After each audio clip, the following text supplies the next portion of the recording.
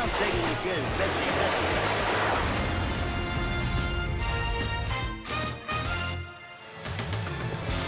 At Citi Field in New York, the New York Mets play the San Francisco Giants. Friday Night Baseball is presented by Jeep. New York Mets baseball on SNY is brought to you by Jeep, now celebrating its 75th anniversary. By Geico, over 75 years of savings and service. By New York Lottery, take a break from the expected, play scratch-off games from the New York Lottery. By Toyota, visit your local Toyota dealer and test drive the all-new RAV4 Hybrid today. Toyota, let's go places. And by Bob's Discount Furniture, shop in-store or online at mybobs.com. And a pleasant good evening, everybody, and welcome to Citi Field. Gary Cohen, Ron Darling with you. Keith Hernandez will join us in just a moment as the Mets begin a three-game series against the San Francisco Giants. Good news in the Mets lineup tonight. Yoenis Cespedes back in the lineup. His last start was a week ago in Atlanta with the bruise on his thigh. In the interim, hit a big three-run homer to help the Mets win a game as a pinch hitter. Now the Giants come to town. The Mets have won 6 straight games, but this is a big-time team. Their pitching, which they've been known for, maybe not as good as in past years, but their offense has been superb. Well, first, their pitching. They spent $220 million this offseason on Jeff Samardzija and Johnny Cueto. They've done all right so far. Cueto much better, but you're talking about their offense. 5-1 in their last 6 games. Batting average around 360, on base around 450, led by Hunter Pence. Hunter Pence is just really starting to get hot, and when he gets hot, he really is the foundation of this team ever since he was traded over here from Houston. 8 legitimate hitters in that lineup, including the former Met Angel Pagan, who's done a fine job hitting in the 9-hole for Bruce Bochy so far this year. For the Mets tonight, it's Steven Matz, who has really been able to shake off the effects of that first start of the year against Miami. He's been really good his last 2 times. Well, I give him a complete mulligan for that first start. He had 10 days off. He was not sharp, but he's come back, and against the Atlanta Braves, he was probably the best he's been. 8 strikeouts, went right after hitters. The key for Steven is always his control. When his control is fine, his stuff always plays. On the other side for the Padres is the veteran right-hander, or for the Giants is the veteran right-hander, the former Padre, Jake Peavy, who has had 3 not-so-good starts and then a pretty good one his last time out. It was almost 9 years ago when he won the Cy Young for the Padres. He is certainly not the gunslinger he once was, but he is still tough as nails, and he's coming off his best start in his last one. That was in Atlanta. Peavy will try and build on that tonight as the Giants come to town for their only visit of the year. Mets and Giants for the first of 3. All the action coming your way tonight on SNY.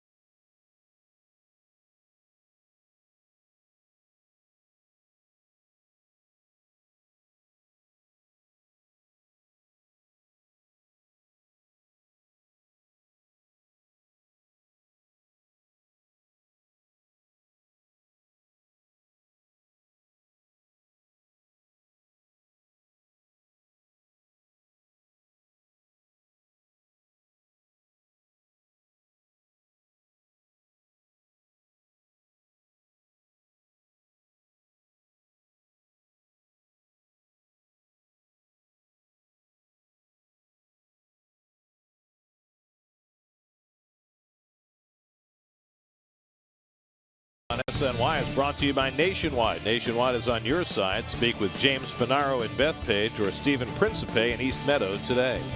By Cadillac. Visit tristatecadillac.com for exceptional offers. And by Affinity Health Plan, serving the healthcare needs of New Yorkers for more than 30 years. Follow Mets baseball live with the MLB.com at Bat app. Stay up to the moment at any moment with game day, live game video highlights, StatCast, news, and more. Download MLB.com at Bat, the #1 app for live baseball on your phone and tablet. Closed captioning for Mets baseball brought to you by Sideline. Now time for a look at the Quicken Loans Rocket Arms. Mets are 3rd in the major leagues in strikeouts so far this season, but that 194, that has obliterated the franchise record that was 169 strikeouts through the first 20 games of a Mets season. That was back in 1990 when a guy named Darling pitched on the staff. Now it's Matz and company. Steven makes his 4th start of the year. He's responsible for 18 of those strikeouts. He'll try and rack up a few more tonight against the Giants. First pitch coming up.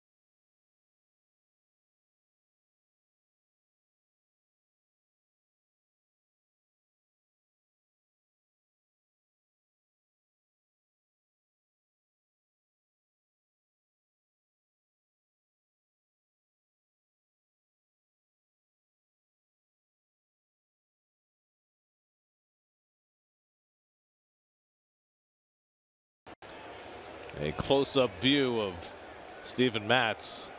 Well, that really gives you an idea of just how quickly that ball gets on top of you. Yeah, and he's not really rushing it up there 100% either. Oh, hi, Keith. Hi, how are you? Thanks for joining us, Froggy. I don't feel well. You don't sound well. Every year I get this bronchial thing. You know that. Denard Span leads off against Matz. First pitch of the night, a fastball in for a strike. There's your Hyundai starting lineup for the Giants.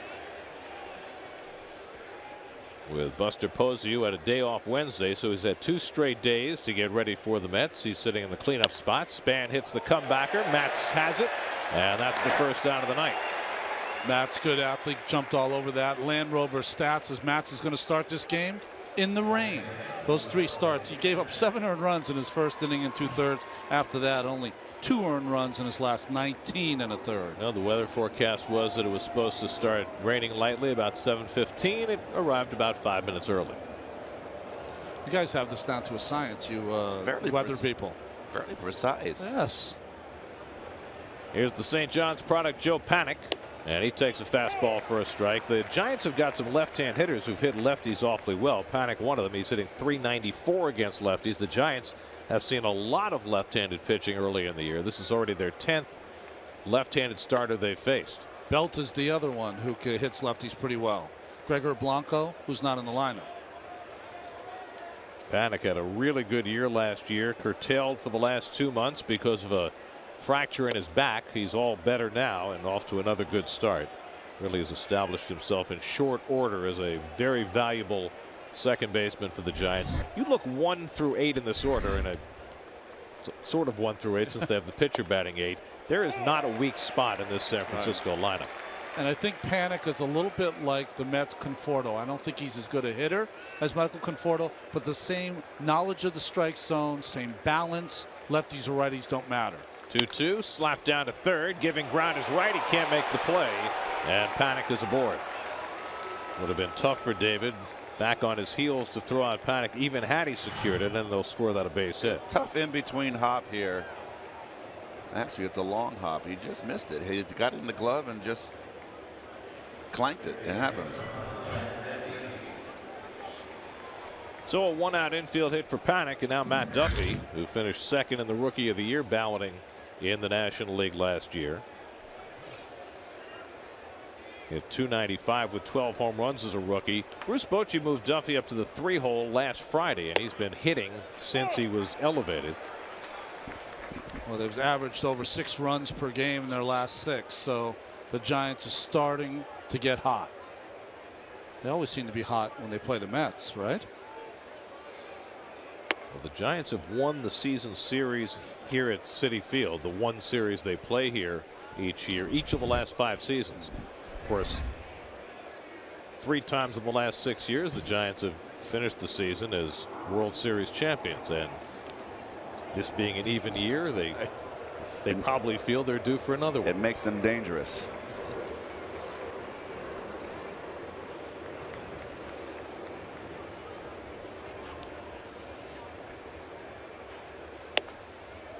Duffy takes high. 2-1. Matz's fastball, except for the 2-1 to Panik, has been a little up in the strike zone. Stephen coming off a no-walk 8 strikeout performance over 6 1/3 against Atlanta his last time out.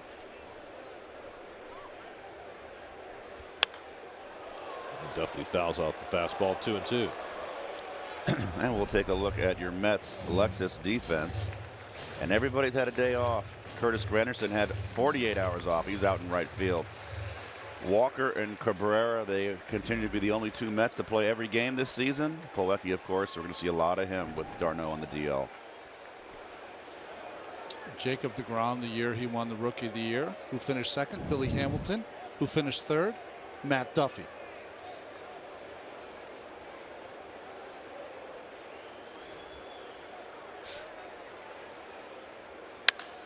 Duffy lifts one to right center. Granderson eases over and calls, and that's the second out. So we felt as though we needed to show that Keith is actually here, since he really doesn't sound like Keith. Well, you know, I get this Bronco thing every year. Remember one year, we were in Milwaukee, right, and I got pneumonia, and Ronnie had to fly in from New York.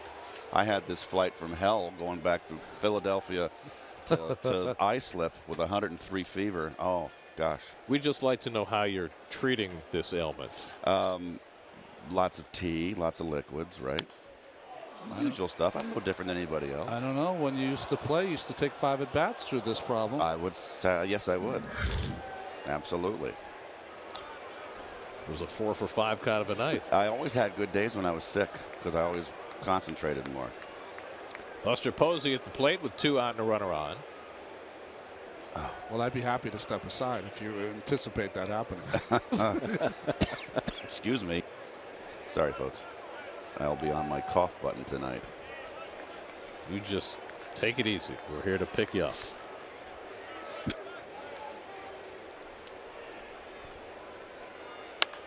Posey fouls one away, and it's 0-2. Bruce Bochy is committed to resting Buster Posey more this year. He's 29 years old now, still catching most of the time, still plays some first base, but They're trying to get the most they can out of Posey by giving him more off days. At 308 last year. And he grounds one past the mound and into center field for a base hit. Panic pulls in at second. And so Posey able to just sneak one by the glove of Matz for the second hit of the inning. Well, quite the hitter here, and I think really more of a 3-hitter than a cleanup hitter, but still he's just one of the best hitters in baseball, and he's got the numbers to back it up. And the Mets book there, Plawecki called for the fastball up. To me, that's not a good pitch on Posey. He shortens up and knows how to hit with 2 strikes. You never say this about right-handed hitters, but he has one of the sweetest strokes from the right side you'll see. So Matz with some first inning trouble to deal with, facing the red-hot Hunter Pence with 2 out and 2 on. Pence, who had an injury-filled season last year, has really kicked it in gear the last week. 10 for 21 over the last 6 games. Last year he broke his arm when he was hit by a pitch. He had a wrist injury. He had an oblique. Wound up playing just 52 games. A guy who generally plays 162. And Matz just misses 2-0. His style is unorthodox, but at the end of the year, the numbers are always there for Pence. Dangerous spot for Matz behind 2-0. And Pence goes after the high fastball, 2-1. Well, he had, if you recall, when he went to Philadelphia from Houston, and he's always been a free swinger, and they tried to rein him in. And then the Giants traded for him, and Bruce Bochy pulled him aside and said, "Be yourself." And he has just been a terrific player for the Giants. San Francisco is really that kind of place, isn't it? Sandoval had success being himself. Johnny Cueto loves playing there now. He's a new free agent, and of course Pence has been outstanding. 2 out, 2 on, 2-2 to Pence. Fouls off that high fastball.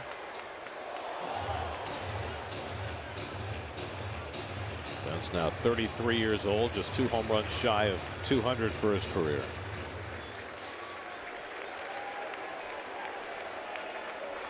Pitch inning already for Matz. Again the 2-2. And he fouls back another fastball. Everything's been up so far, Ronnie. Yep. He had 1 pitch to panic on 2-1. That was a good fastball in the knees, but other than that, Matz has had trouble. I don't know whether it's the cold weather, the rainy weather, but having trouble getting the ball down. 7th pitch of the at bat to Pence, and he missed a up and in. 3-2. All fastballs too. No mixing it up so far for the young Mats. So that'll set the runners in motion. Panic at second. Posey at first will be going. Big moment early in this game for Steven Matz. Brandon Belt would be next. 3-2 to Pence. Had him lunging at the changeup, and he pops it foul back out of play.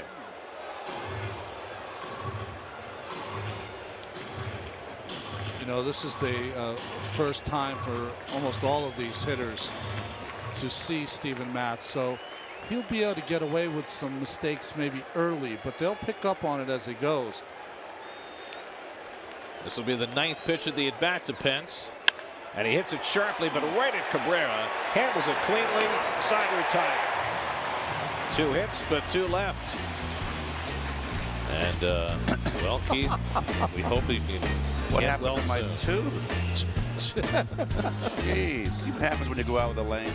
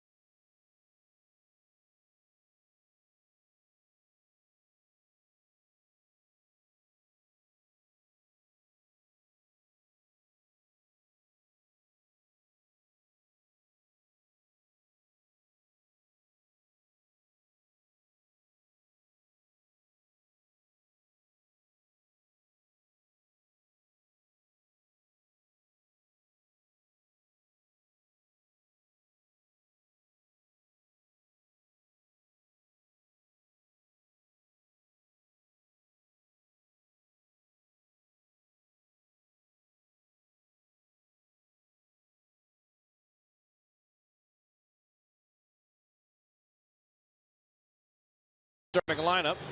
Yoenis Cespedes is back in the lineup for the first time in a week. That sends Juan Lagares back to the bench. Kevin Plawecki, his third straight start with Travis d'Arnaud on the DL. Otherwise, the Mets running their regular lineup out there against Jake Peavy. Well, you see the Toyota numbers. The starting one is the 35 hits in only 21 innings pitched for Jake. He's a guy that in his prime was very hard to get 3-4 hits off in a 9-inning game.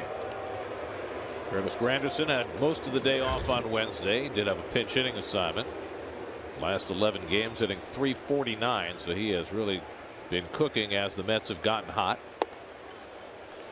It's interesting to see Peavy, now a veteran, has had arm problems. He was such a power pitcher with the Padres, and now just sinking the ball, becoming more of a control pitcher. There's a lot of cutters these days. Rolled down to first, and Brandon Belt takes it himself to retire Granderson one away. And the Giants Coors Light defense. There's our old buddy Angel Pagan in left field with Denard Span. Now he's got the center field anchored in there, moving Pagan over to left. Brandon Belt, really an upcoming star at first base. Decent glove over there. And of course the perennial all-star MVP, batting champ behind the plate, Mr. Posey. Here's David Wright. David 3 for 19 in his career against Posey. This is his 14th career start, PV, against the Mets. Well, you take out the pitcher, 5 of the 8 starters for the Mets have taken PV deep, so there is some damage against Jake, but that usually happens when you've been in the league this long. The last time we saw Jake Peavy at Citi Field was 2 years ago, and he hooked up with Jacob deGrom in a memorable game. They both had a no-hitter going through 6 innings. That's right. In fact, Peavy was perfect through 6 before the Mets got 4 against him in the 7th and won the game. 3-time All-Star, Cy Young back in 07 with the Padres. And the cutter off the plate. Called and he went around 2-1. That's the pitch you mentioned, Gary, that when he's behind, he'll go to that pitch. He doesn't want to throw the fastball. And he got David out front.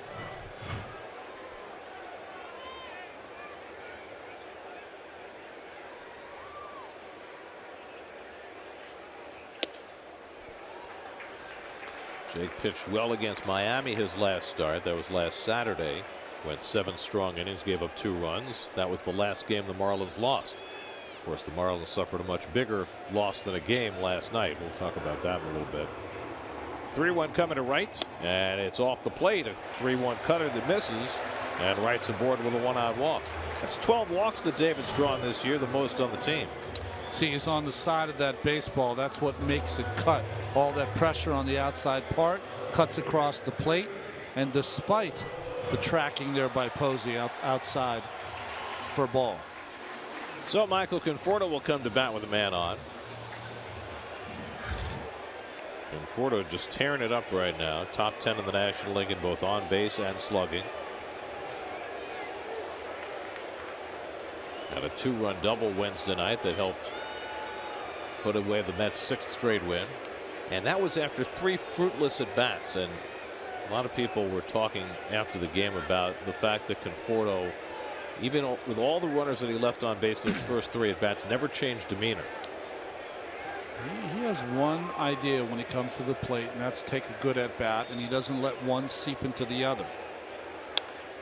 I loved his comments after the game. They asked him about it. He said, listen, I come up every time I come up with people and I want to drive them in. It's not going to happen every time. I just like those comments instead of, well, pitcher was pitching me too tough or I missed my pitch. It happens. Just keep grinding those at bats out.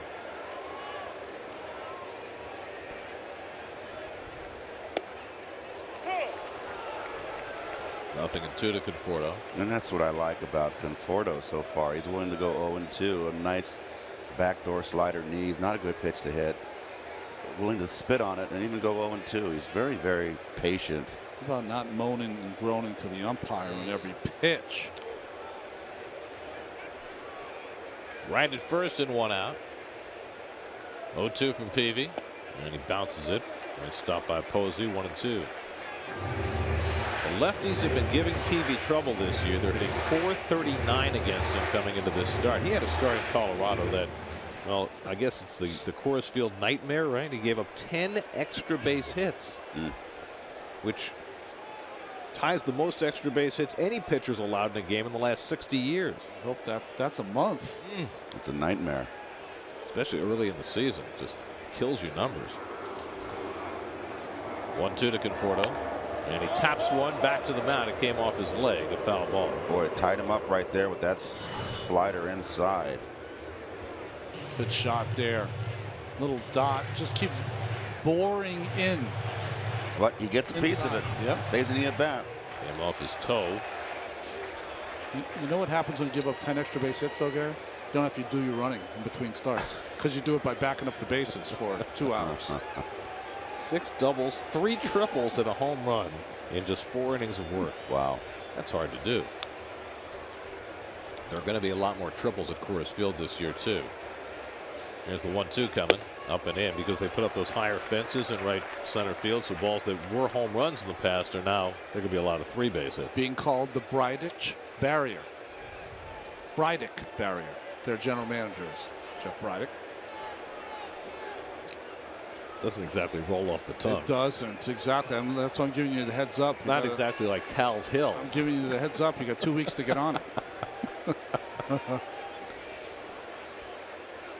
And Conforto goes down in the cutter, and Peavy has his first strikeout of the night, 2 out of the inning. Pitched him pretty tough right there. Not a strike, tough to lay off. Another slider. It's interesting how every pitch is connected. He threw one to Conforto for a strike earlier in the count, so now he's thinking the same thing, but it was a ball. So here's Yoenis Cespedes making his return to the lineup tonight.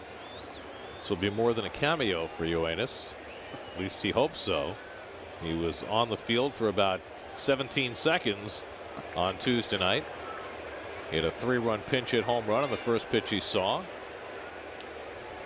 Ducked out of the ballpark after the game was over, and now back in the lineup tonight. And he takes a curveball for a strike from Peavy. Cespedes with extra base hits in each of his last 8 games, which ties the Mets club record. Ty Wigginton had extra base hits in 8 straight games back in 2004. So Cespedes with a chance to set a new mark tonight. It was right before they traded Ty away. Fly ball, shallow center. Span coming on. You know why they traded Wigginton, right? They had this kid coming up from the minors, kid named David Wright. Oh, number 5. Yeah, they had to make room for him. No score after 1.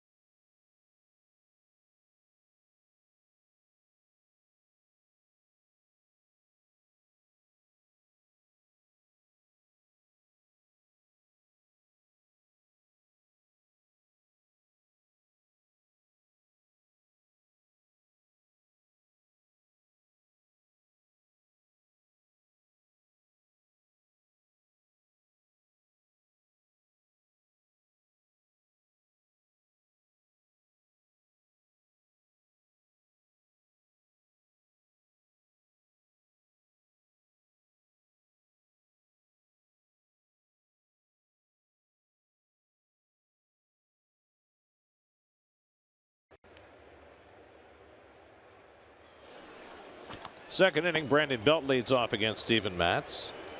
That's put on the full shift against Belt, with David Wright shifting over to the right side. Belt just signed a big 6-year contract, $79 million a couple of weeks ago with the Giants. And his celebratory moment on Wednesday when he drove in 5 runs in the Giants win over the Padres. There's your defense, and you see the pull there for Belt.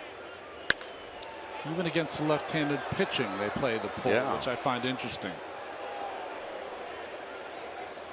Now Cabrera is going to go back to his shortstop position with 1 strike.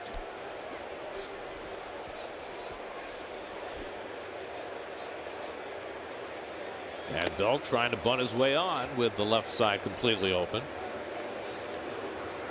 Hey, you're leading off an inning. It's a good idea if you can get it down. Well, and we've talked about this. It's one thing if you're the 35 home run guy, but Brandon Belt's a 15 to 18 home run guy. Why wouldn't he take the free hit? That's right.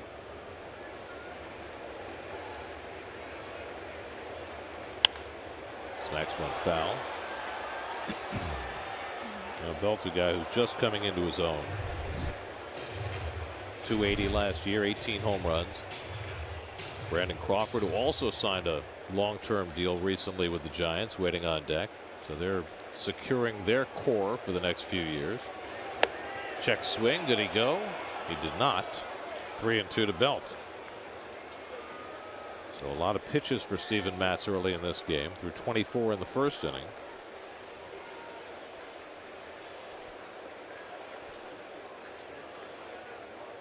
Three-two. And Belt hits one to the vacated space, and he'll have an infield hit. Didn't mean to, but busted his bat and rolled one to the vacated left side. And that's the 3rd Giants hit. That's what he tried to do that for the second pitch of the at bat. Saws him off. Oh.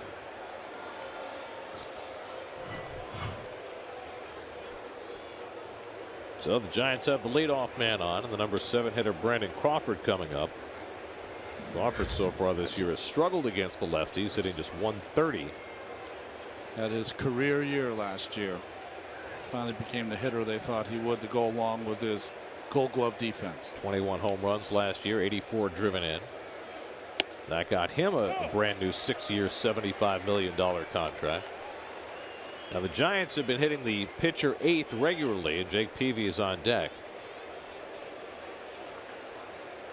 Angel Pagan has done a nice job hitting in the 9-hole, and Bruce Bochy has kept that intact. Well, and Matz misses the bottom of the strike zone, 1-1. It's like if you have on your ball club an 8th place hitter that had led off in his career, that's the guy you want batting 9th and the pitcher hitting 8th. It seems to be the plan. Yeah. Whether it actually helps produce more offense, I think, is an open question. As Crawford has to bend out of the way, 2-1. The theme so far for Steven is just that he has been up with his pitches. He's having a hard time getting the ball down. Had much better fastball command his last time out in Atlanta. Well, it's struggling early in this one. That finds the inside corner. 2-2.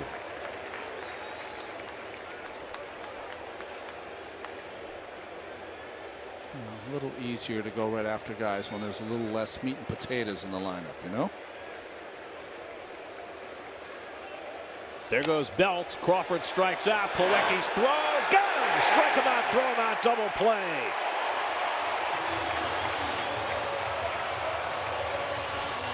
That's a close one at second base. It was a high tag. It's just wonder if he got underneath the tag. No, I think he got him on the shoulder before his foot got in there. That's boom, boom. Very close. Yeah, so it's got to stay. Ron Kolpa is the second base umpire. Oh, I tell you. No sign of a challenge from the Giants.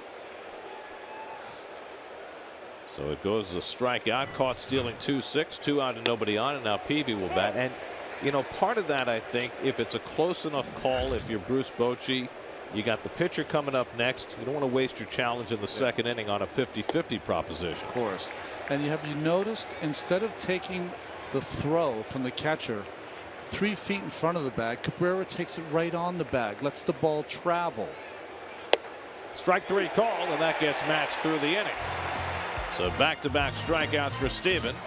Middle of the second at Citi Field with no score.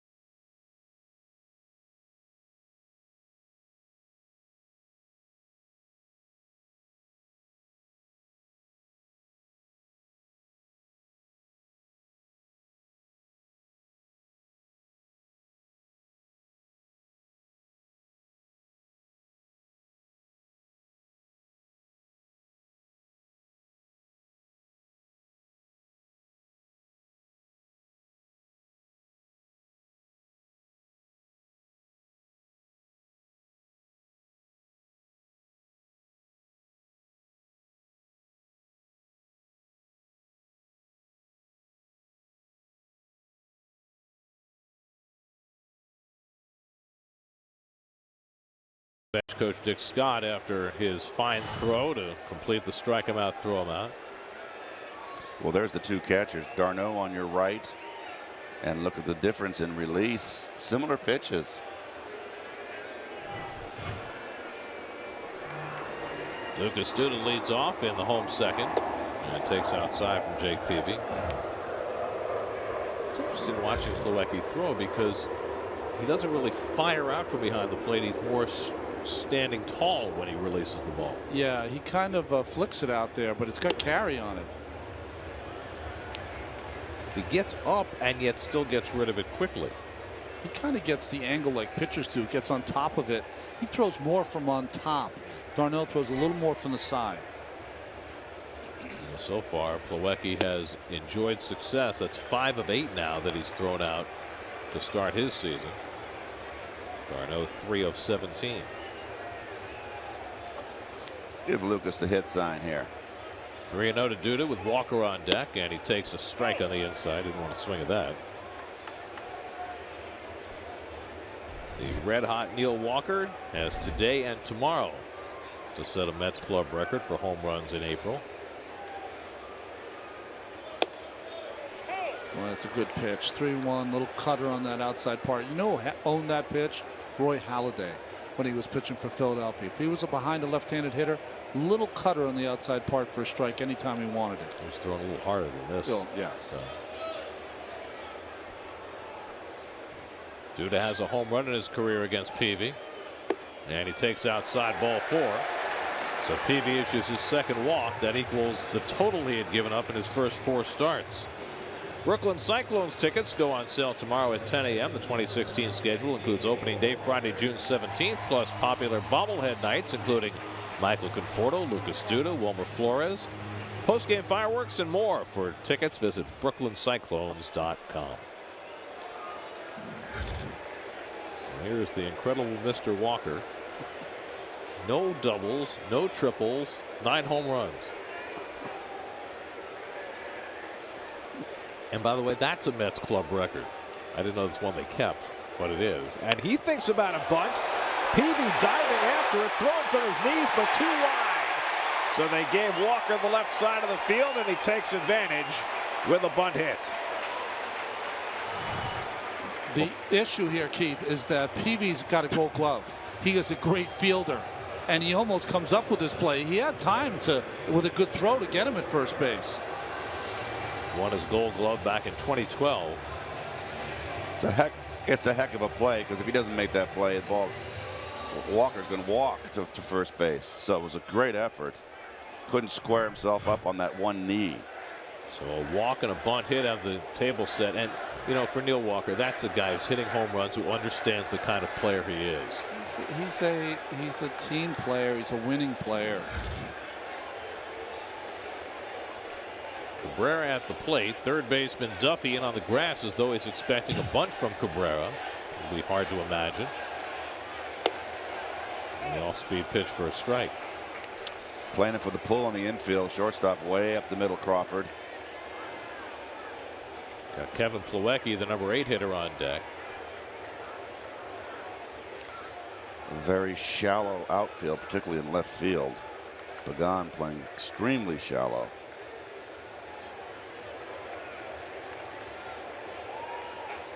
And his dribble flies one foul down the left side. That'll go out of play.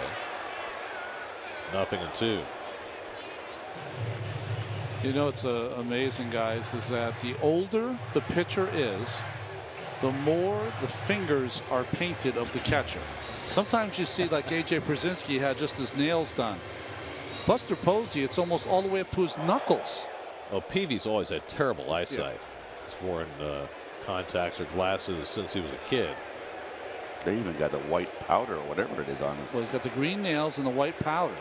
Whatever it is. Skeletor. Yeah. Good call. Nice Halloween colors on the uniform, too. Stole that from Princeton. 0-2 coming. And Cabrera leans back. 1-2. Peavy really has to work and be fine with his pitches. He's pitching like the old Peavy. He's aggressive, but he's just, I think he's aware, Ronnie, he has to be on the corners. Mets faced Peavy in San Francisco last summer. He pitched a gem against them, gave up just 1 earned run in 7 innings, but lost. And still has those games in him. And Cabrera smokes one to center field. Span ranging back. Has it lined up and grabs it. Tagging at second is Duda, and he moves over to third. So Cabrera hit it deep enough to get Duda to third base with 1 out. Well, Cabrera knows how to situational hit. He had that real fine game, I believe it was in Atlanta, where he hit second in the order and set up the 2 run scoring situations with when Granderson led off with a walk and a single. So he knows how to handle the bat. So now it's Plawecki trying to get that run in from third. Kevin just 4 for 23 to start the year. Where you'd like to see Kevin try to concentrate. Plawecki's not going to throw a lot of pitches inside. Most of them are going to be cutters, sliders away. Concentrate on that middle right side of the diamond, because when he tries to pull the ball, that's that double play ball that can be turned. It was Tuesday night. Plawecki hit 2 balls solidly to right center. One was caught, one got down for a hit right before Cespedes' big home run.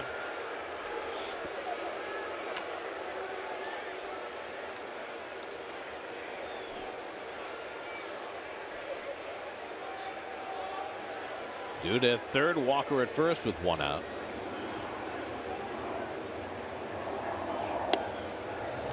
Peavy paints the outside corner. That leg flying all over the place. He really was a gunslinger in his time, wasn't he? A little more judicious now, more like Judge Roy Bean, maybe, not the gunslinger. The hanging judge. Yeah. 148 wins in his big league career, now 34 years old.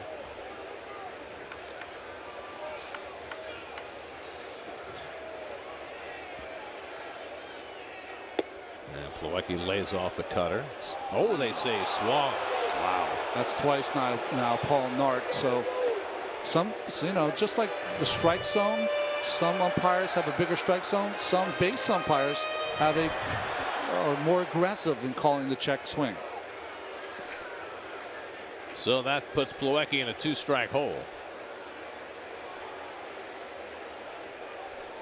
With Steven Matz on deck. Plawecki lays off, and it's 1-2.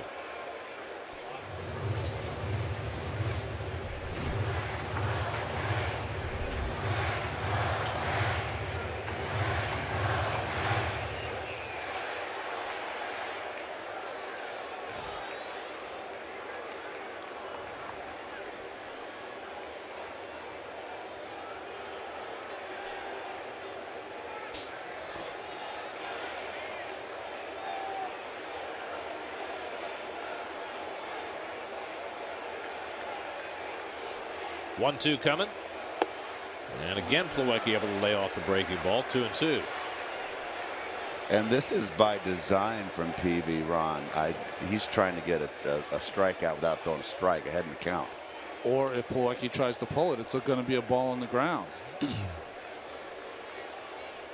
going to try to paint him away now.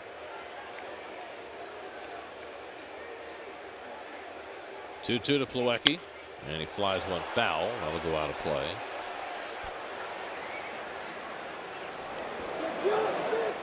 See the crowd bundled up against the weather. 52 degrees at game time. Wind blowing in. A little light rain falling. I don't get the umbrellas at the ball game. I mean, you are obstructing the person behind you, right? But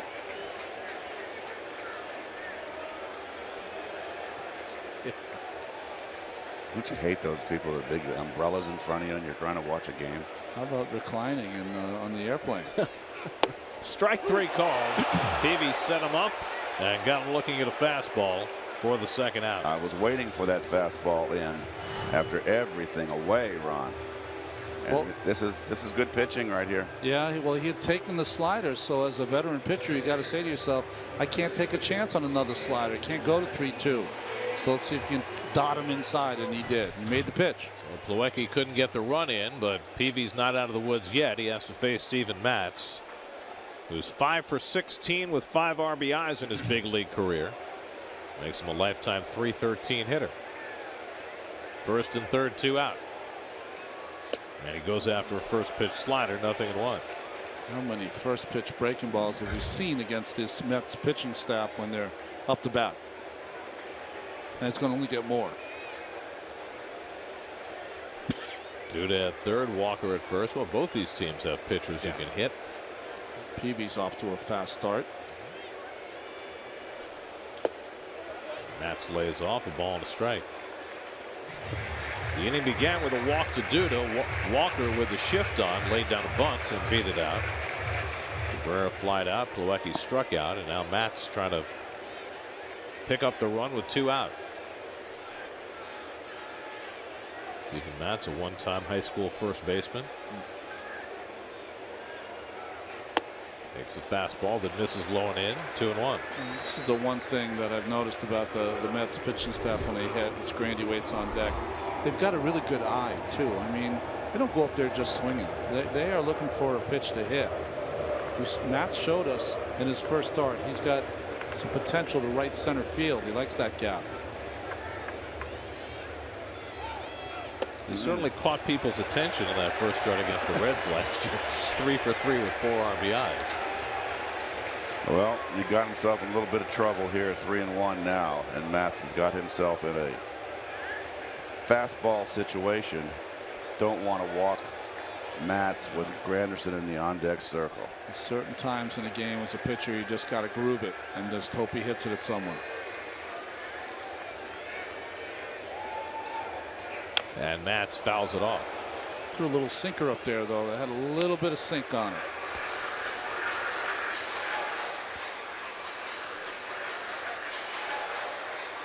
.22 pitches in the inning for Peavy. Matz with the no hitting gloves, Keith. Former left-handed first baseman. Belt moves behind Walker at first. He'll be running on 3-2. Duda leads off third. And Matz swings and misses at the cutter, and the side retired. So Peavy, with back-to-back strikeouts, gets himself through a second inning jam. Still no score at Citi Field.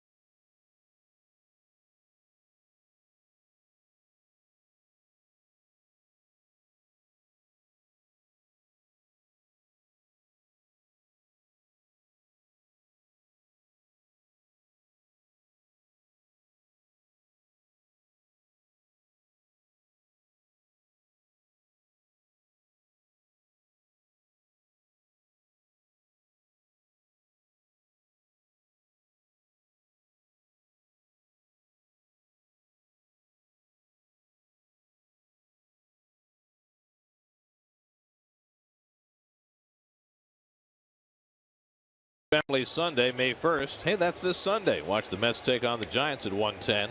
The first 15,000 fans in attendance will receive a pair of Curtis Granderson baseball socks, courtesy of East Coast Power and Gas. With a large crowd expected, be sure to arrive early and take the train to the game.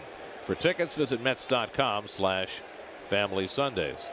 Now time for something to smile about, presented by AT&T Cricket Wireless. Getting a ball from a big league baseball player, that's something to smile about. Handshake too. Oh. Well, the rain's gotten a little steadier over the last few minutes. Some of the fans have gone back for cover, but not raining hard enough to stop the game. Angel Pagan will lead off in the third against Steven Matz. And the former Met takes a strike. Pagan, who had knee surgery in the offseason, settling into a new position in left field and a new spot in the batting order in the 9-hole, and he's done very well with both. It's a good time for his career for that defensive change to happen. 34 years old now. Spent 4 years as a Met, 08 through 11. Poncho. The poncho works. On the red, looked a little nervous. Smacked down to first, and Duda handles it. Yeah, Pagan retired, one away. Who were the two players the Mets got? Ramon Ramirez. That's right, the right-hander. And Andres Torres. Had a hard time throwing strikes. And then Andres Torres was a little leadoff hitter. Who had a little problem saying hello to people multiple times during the day. He wore a great pair of jeans, though. Well, Angel had a couple of really good years as a Met. His last year wasn't great, and the Mets did not realize that he was going to have as long and productive a career as he's turned out to have. And he's done well in San Francisco. There's Denard Span, who spent last year as a Washington National until hip surgery derailed his season. It's interesting that the Giants took a flyer on Span. Yeah. 3 years, $31 million for a guy coming off hip surgery. Well, 2 years ago, you can make the argument that he and Rendon were maybe the MVPs of that Nationals team. Last year, lots of injuries. You're right. It's hard to bet on a guy who's been that hurt.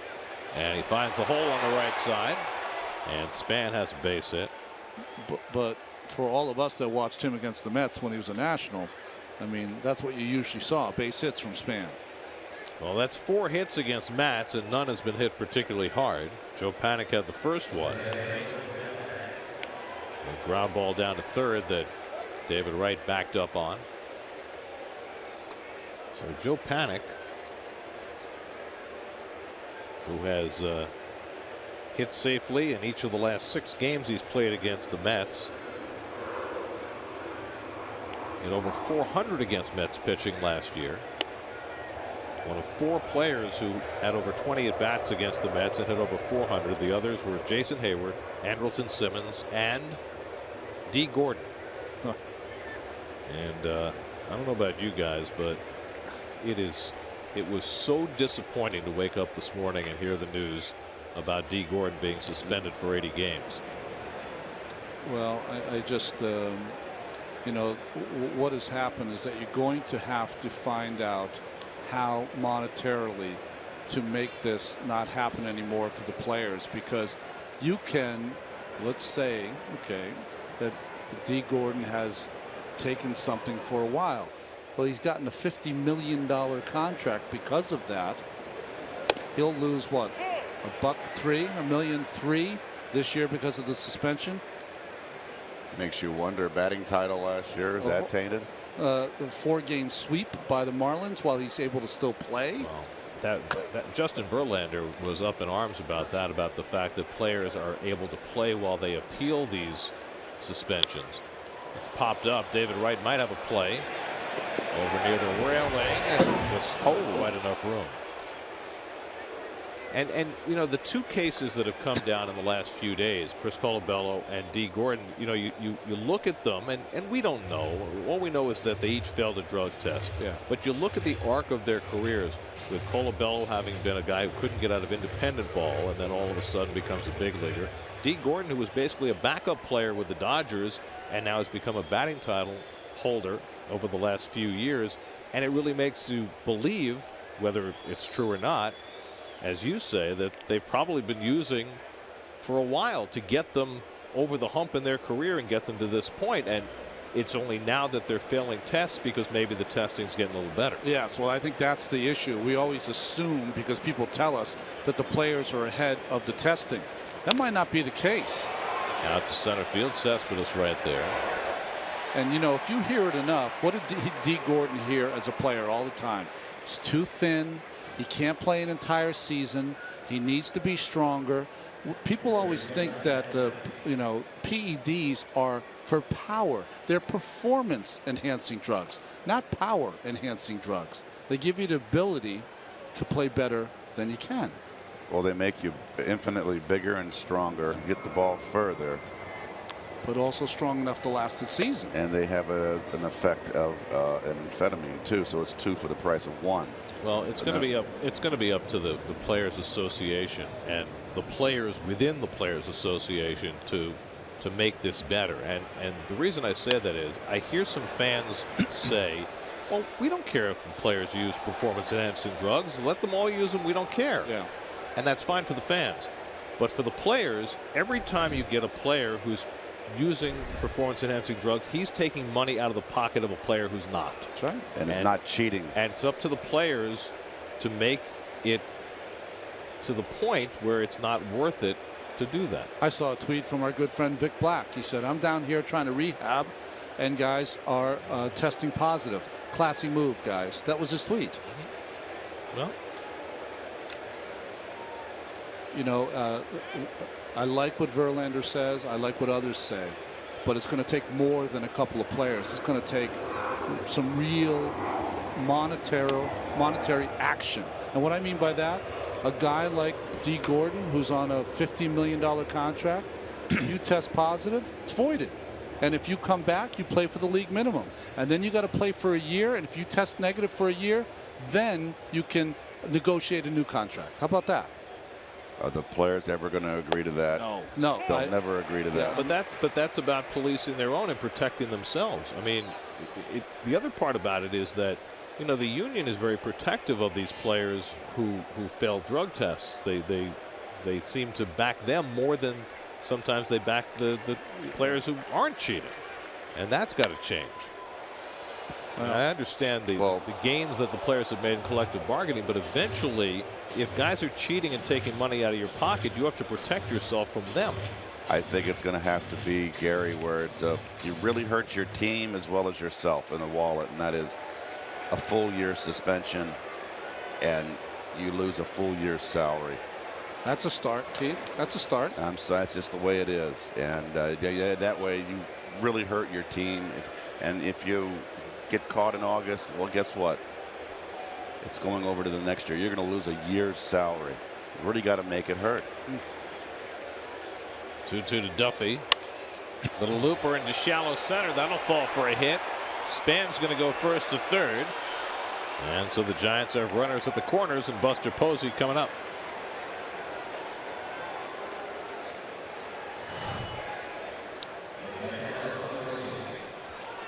Well, that's the cutter there, and it's kind of a little bit lazy, although good placement inside, but Duffy kind of fought it off. And no hesitation. 2 outs on contact. You're running.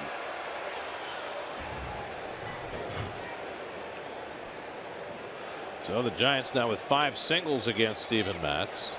Buster Posey had one of those. He rolled one up the middle for a base hit in the first.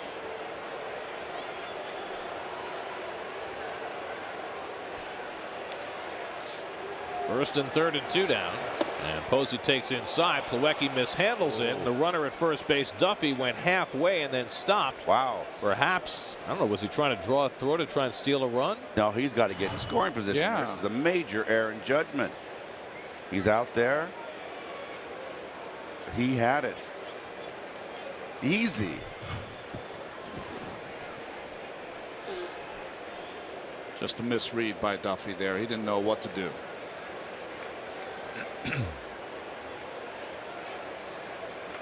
1-0 to Posey. Well, I guess if you're on first base and you're Duffy, your thought is, if I get thrown out at second base with Posey up at the bat, Bochy's going to be all over me.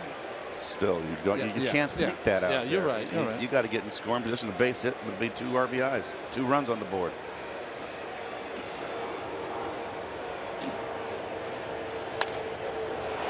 Changeup popped up. And in comes Granderson to call. Side retired. So Matz gets a king size out there, retiring Posey on a fly ball to strand 2. Still no score.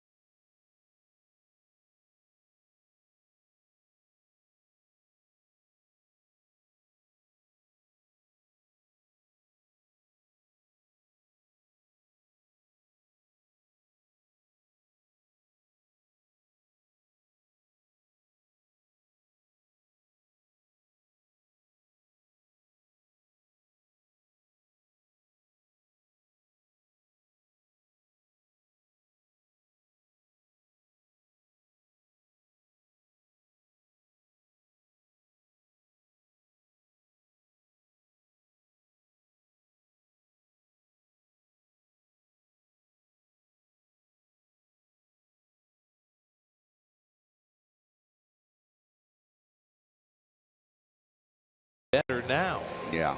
I was sick that day. I remember that picture.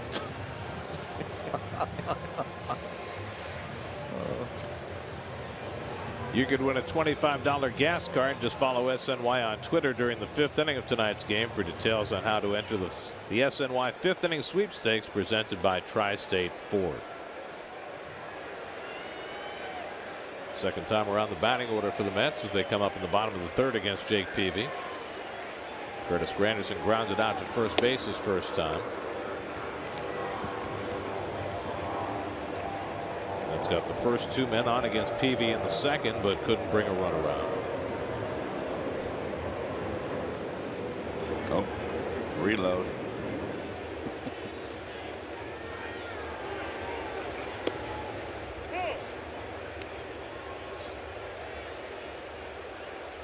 We talked about the Giants and the fact that their pitching has been up and down.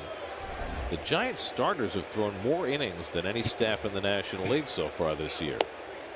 Part of that is that Bruce Bochy does not have a lot of confidence in his bullpen, especially with both Sergio Romo and George Cantos on the disabled list. He's got a lot of young kids out there. He's got a veteran starting staff, and he's been pushing them.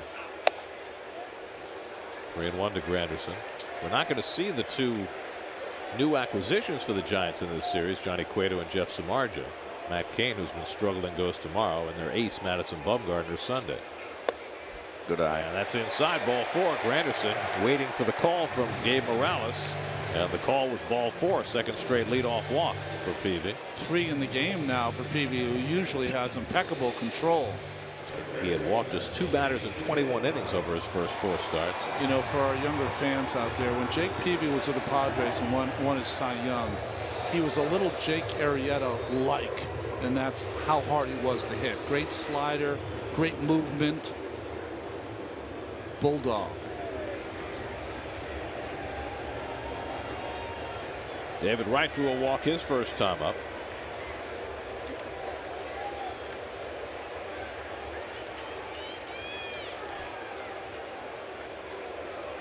Peavy's got a good move. Won't need it much with the Mets. Mets have stolen only 5 bases over their first 20 games. Granderson has none.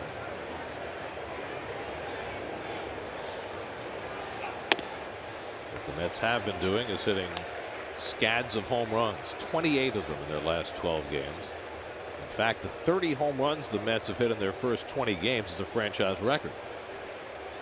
1978, 1987 and 1988, the Mets hit 28 in their first 20 games. This year, 30. Peavy's getting himself in some trouble here. High fastball, and he tried to sink it, both out of the strike zone.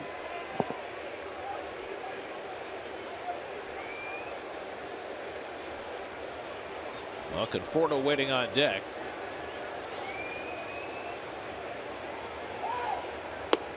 And that misses, ball 3.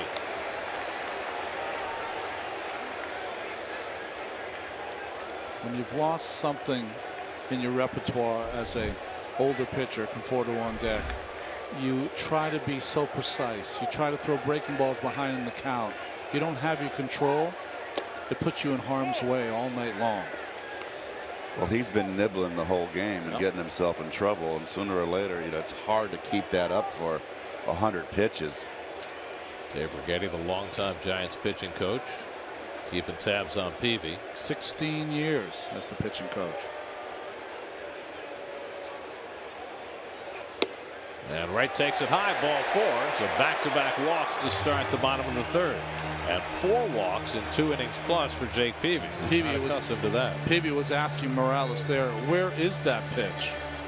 So he and Morales having a little go back and forth. Now he has to contend with the youngster, the up-and-coming Michael Conforto. Is that up? Is that high? Okay. And as soon as you turn around, you go, that ain't up. That ball's right there. Punch a hole in that mask. Got Conforto on a slider to strike him out in the back in the 1st. Granderson at second, Wright at first, and nobody out. And Conforto attacks the first pitch and fouls it off. It's both at bats. He's attacked first pitch now against Peavy. 30 games over 500 for Peavy with a 3.5 ERA.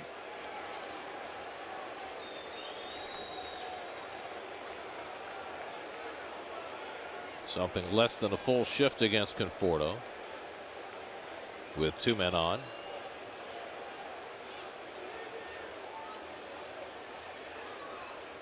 And he lines one in the left center for a base hit. Granderson will score. Span cuts it off. Wright goes to 3rd. Conforto's going to try for 2nd, and he makes it safely. An RBI double for Michael Conforto, and the Mets take the early lead. Just keep using that left center field.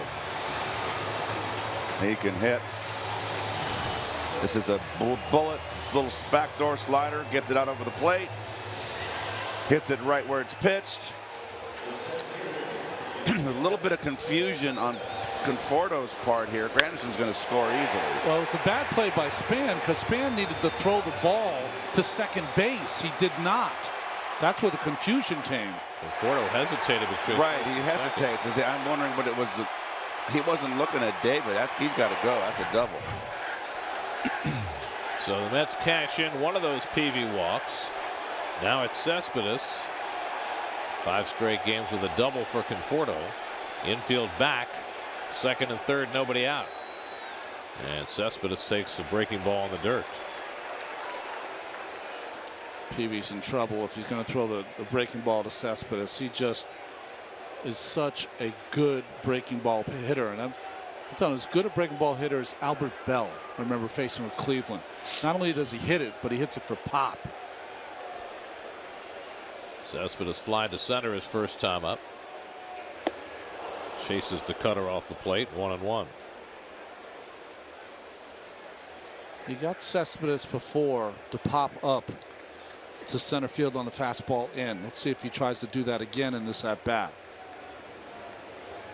Despite missing most of the last week, Cespedes still 7th in the league in home runs, 6th in RBIs, 3rd in slugging percentage. Been on a terrific hot streak. And Peavy with a perfect pitch outside corner at the knees. 1-2. Wanted it in, Gary, and it wound up on the outside corner and it missed on the other side of the corner. Perfect. Results. You got it.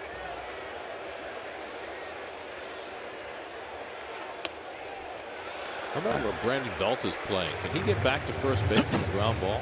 He can. You let your infielders know where you are, Gary. You have a runner at third base on a ground ball, particularly the third baseman's going to hold that runner. No, Cutter's away. Cespedes, if he wants to go away, that's just an easy base hit. Right at third, Conforto at second, nobody out. 2-2 to Cespedes with Duda to follow. Step off here. Cespedes playing with that bruise on his leg. He says, and Terry Collins says, he may need to limit his sliding, but everything else should be okay. And he lines one to center for a base hit, and that'll bring home 2. Right is in, Conforto right behind him. Cespedes drives in a pair, and it's 3-0 New York.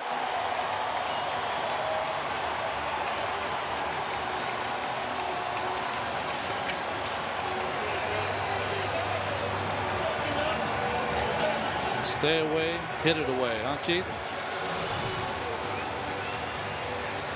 It's just a flat little slider, almost like a cutter, and they've kind of, second time through the order, they've kind of got him. Now watch Conforto here. Can't kick it into third gear. Let's go. Got to run. Run hard, then after you make that turn, there's the base hit. Make that turn and you look over your shoulder to see where the ball is in regard to the center fielder. Then you can back it down to third. It was one of the focuses for Cespedes this spring, was driving the ball to right center on that pitch away, and it really came into play there. And the Mets with 3 runs home, nobody out. Lucas Duda at the plate, and he takes inside ball 1. For Cespedes, 16 RBIs in his last 9 games.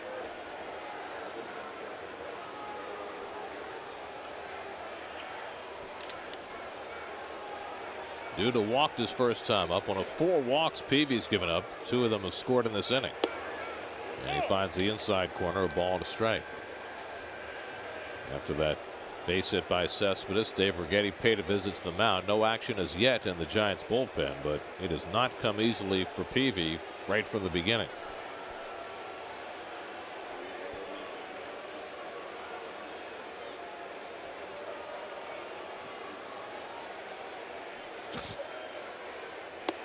If it hurts Cespedes to slide, What does he do on a ground ball going into second base? Does he just peel off?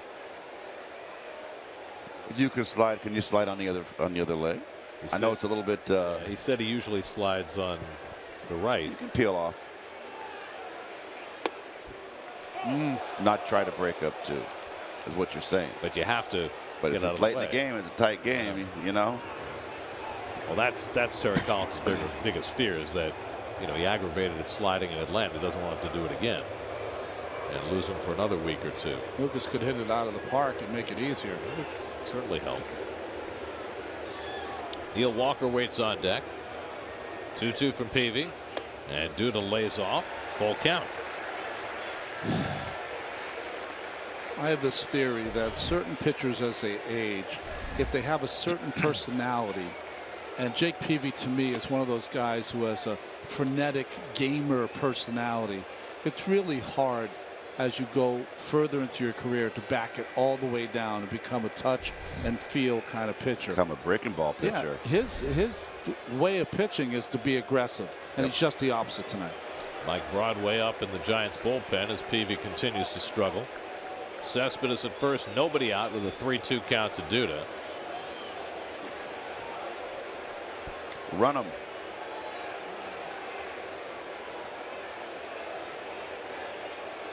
Not going, and Duda fouls it away. So 3-2 cutter.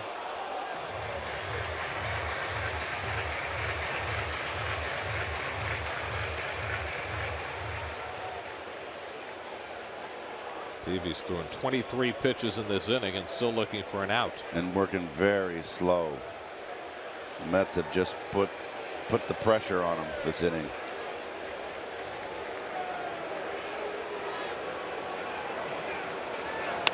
Duda pulls one foul.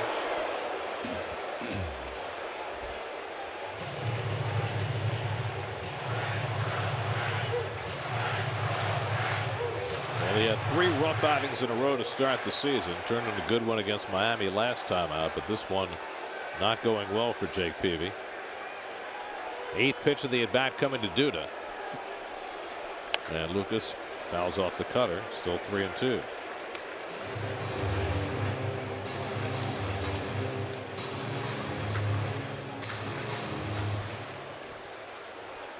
Well, how about those Philadelphia Phillies, Gary? They swept the Washington Nationals. That's some great pitching in that series. 2 games over 500. They got 5 shutout tonight. Ellison pitched a great game. Nola pitched a great game. And Duda just got a piece of the curveball to stay in there. And Adam Morgan going tonight. He's taking the place of Charlie Morton, who went on the DL. Is going to miss the rest of the year. Adam Morgan, who was very disappointed not making the staff out of spring training, he gives them a left-hander in their rotation.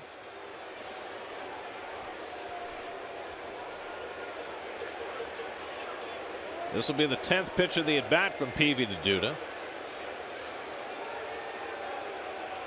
And Lucas takes inside, ball 4. Wow. So there's a terrific turn at bat for Duda. 3rd walk of the inning and the 5th of the game for Peavy. And how much further can they go with him? You know, it's got to be interesting for manager Bruce Bochy is that while he was having his great years in San Diego, Bochy was his manager, and now he's his manager here in the fall of his career. He did well last year for the Giants. Yeah. Made 19 starts, 8-6, 3.58. Certainly nothing to be ashamed of. This year's gotten off to a very different start. He finished up 11-4 in his last 14 starts. Neil Walker with a chance to put the hammer down. Still nobody out, and he takes a strike on the outside. Walker laid down a bunt single his first time up. Well, he's staying with the breaking ball, Ronnie, and he just can't get it over with any consistency, and that's why he's got 3 walks in the inning, and 2 rockets are hit off of him. Ford with 2-run run scoring double. Cespedes a 2-run single. Still nobody out. And Walker takes the breaking ball for a strike, and it's 0-2. Not a great breaking ball, kind of a roller, but it gets the call from Morales. You know, it's interesting. The less you have on the ball, the more you have to use your fastball. Does that make any sense? You know, like you have to use it enough, or then it just becomes all breaking balls and the hitters make the adjustment.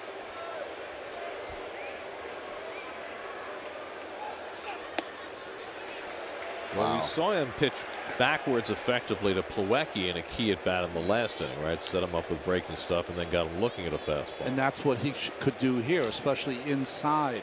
The pitcher comes back over the inside part of the plate, but I guess maybe he doesn't feel like he has the feel for it tonight. It's hard to do inning after inning. He's thrown a lot of pitches. Walker down the right field line toward the corner, and it's one hop to the wall. Cespedes is in. Due to the third. Neil Walker with an RBI double, and it's 4-0 New York.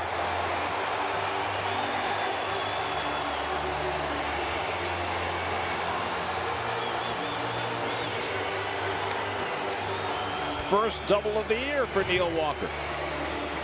Breaking ball down and in. He wanted it back door. Look at it come right over the middle. It just out a little bit of off speed got him out in front. Otherwise, this one would have been his 10th home run.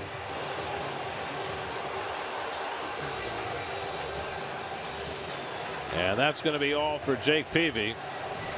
6 straight Mets have reached base. 4 have scored here in the third. And Bruce Bochy's going to make a pitching change. So Peavy is out after 2 innings plus. Call to the bullpen brought to you by Verizon. Mike Broadway, off Broadway.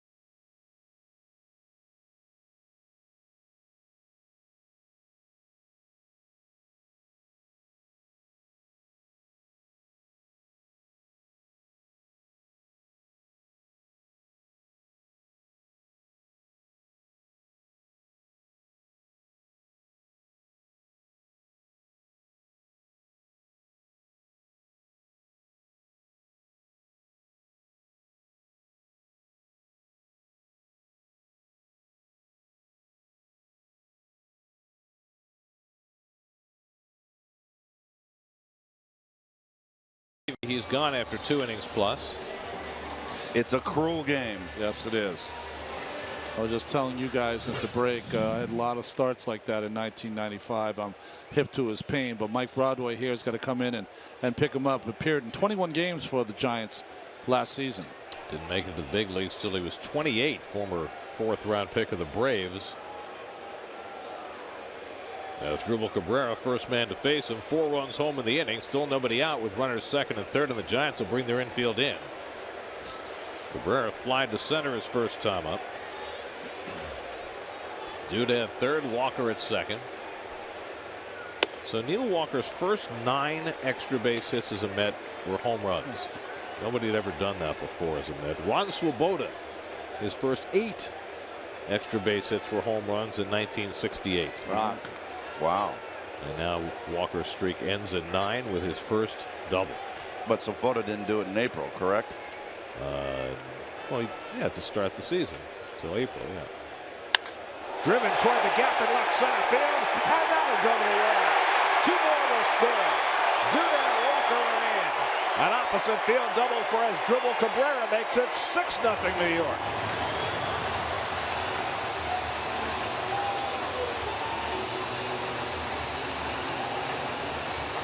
Well, Broadway panned.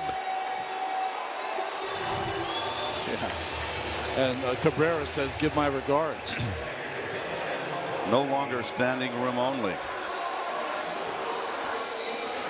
And the Mets are just pounding the baseball.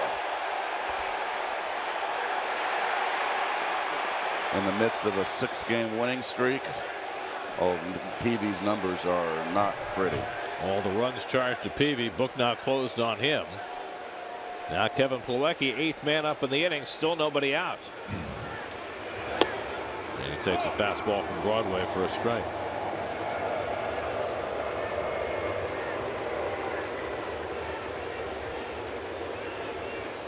Peavy's ERA through 5 starts is now 8.61.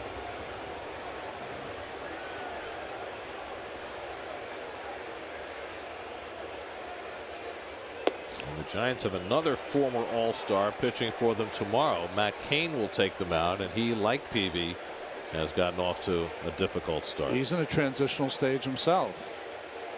You know,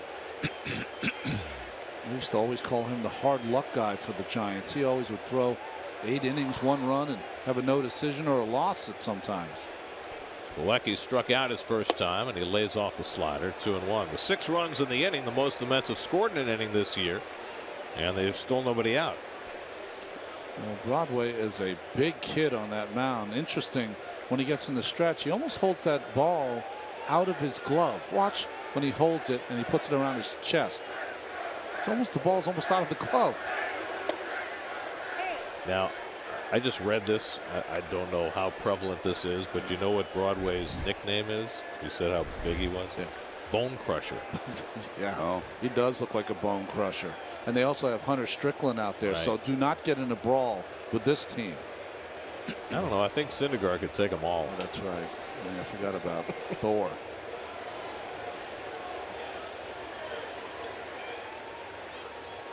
Two coming. Way outside. Posey did well to keep that from going to the backstop. Wow. Posey wish he had his night off tonight.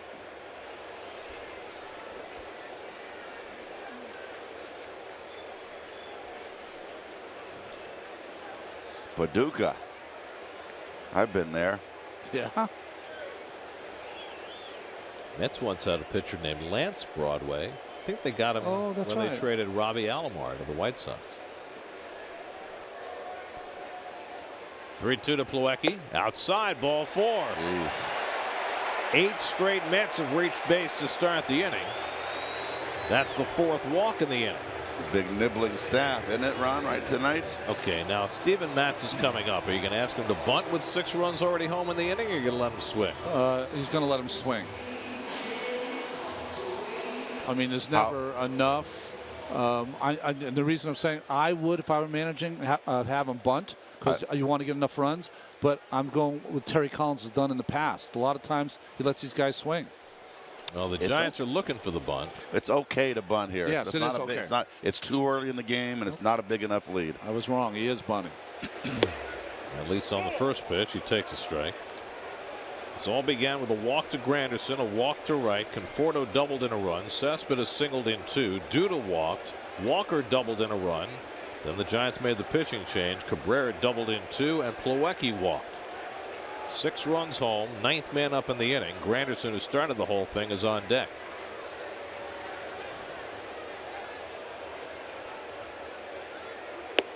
And Matz takes a strike, and it's 0-2. Maybe now we'll get to swing the bat. He's non-bunted himself into a swing. Struck out his first time up tonight. Sorry, guys. Keith, It creeps up on me. I think we're going to send you home. Yes. Need to get you some chicken soup. And Matt's bunt strike 3, so that's the first out of the inning.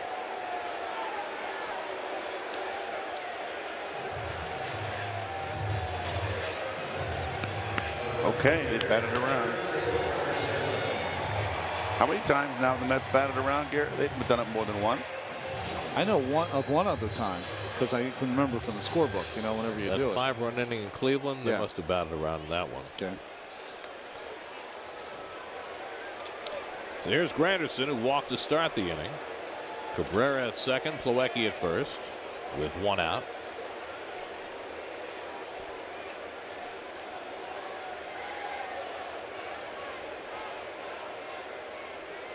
And Broadway fires a strike. They batted around. Remember Cozart when he started from Miami here at Citi Field. They batted around in that game also. He's in the minor leagues now, Jared Cozart. Well, Sandy Alderson knew, and he stated pretty much that he had to improve the offense, and he's made some really nice moves in the offseason to bolster this lineup. And I do think it was critical to get Cespedes back, and that was something that maybe we all thought wasn't going to happen, but it did happen. But the acquisitions of Cabrera and Walker have been it's a lineup now with this pitching staff. You score 3 runs, you're going to win most of your games. Well, the 2 middle infielders, I think, have performed beyond anybody's expectations for the first month. 1-2 to Granderson. Boy, he throws 95 miles an hour, and most of pitches he's thrown are sliders so far. Amazing. Right? Yep. Danny Barr, director, got a good shot there. I've never seen a pitcher hold the ball so that he gives the grip away to the runner on second base. It's a very strange thing to do. You're always trying to hide the ball from the runner on second. He does that double set. I don't think I've seen that before. He comes to his belt and then he comes up high. So you got to make sure you don't balk, huh? Right. You got to do the same thing every time. It just that's the way he does it. Big, strong kid. Remember they made Doc Gooden change his stretch position and hold his hands high to try and stop the running game. How about the year they tried to teach him the sinker? I mean, where did that come from? Well, I remember after Doc in '85 had the great year. Granderson hits one in the air to right, chasing Pence back to the warning track, back near the wall, and he drops the ball. Cabrera to third. He's being waved home. Paddock will not make a relay throw, and it's 7-0. Well, Pence tracked it all the way right to the fence and just could not secure it. Well, he didn't track it because he miscalculated where it was going to be. He thinks it's there. Uh-oh, I better get no, not that bad. Hit right off the thumb of the glove. I got to believe that's an E9. What are they going to do? The way it's going tonight, I bet you it's a base hit. Because the runners had to hold, Cabrera scampered home, but Plawecki only got as far as second, and Granderson's on first. Keith, you notice that? Not the back and forth. Thank just you. Stood still. Took the words out of my mouth. Everybody tagging up. Don't go darting back and forth. Just get out there and hang. So 7 runs are in, still 1 out. David Wright, the 11th man up in the inning. He walked earlier in this third. In fact, he's walked twice tonight, and they are giving Granderson credit for a hit. So a single and an RBI for Granderson on the ball off Pence's glove. And gets an RBI out of that. Boy, this is just so uncharacteristic of the Giants. But they've had some games like this season. They've given up their staff the second most hits of any staff in the National League, and I'm used to that with San Francisco.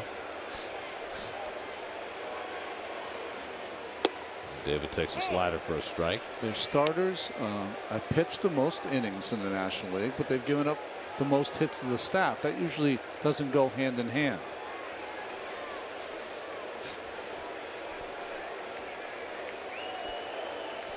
First 6 runs of the inning charged to Jake Peavy, the last one to Mike Broadway. 1-2 now to Wright with Conforto on deck.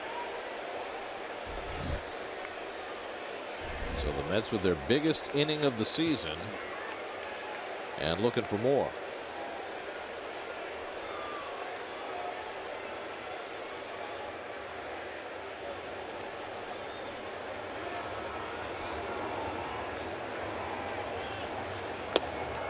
the corner. 2-2. What I like in this inning, though, the two, not the biggest hits, but two big hits. Conforto to left center, Cespedes to right center. Love seeing that in RBI situations. Makes it very difficult for the pitcher. Also like Cabrera's opposite field double into the gap. Yeah, you're right. Using the whole field today, the Mets, both gaps.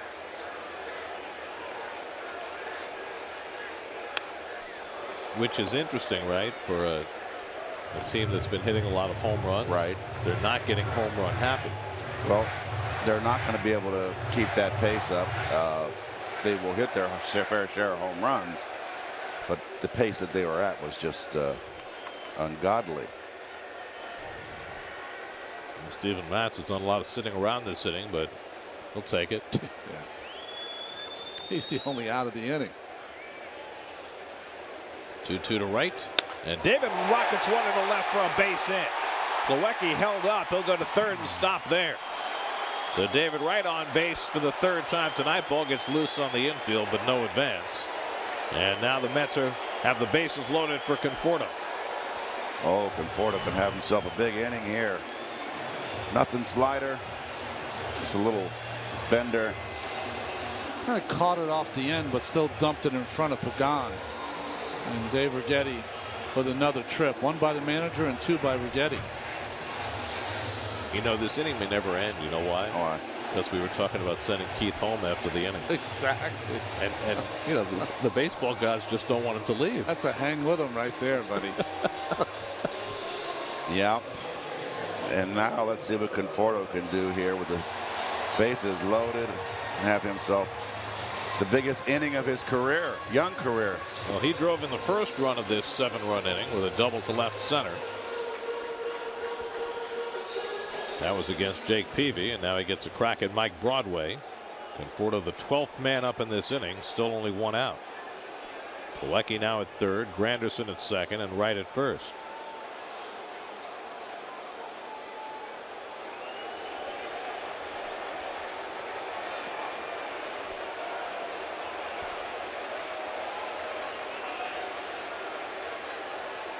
And Conforto lays off the changeup. 1-0. Fish weren't biting. 1-0. Bases loaded in the driver's seat.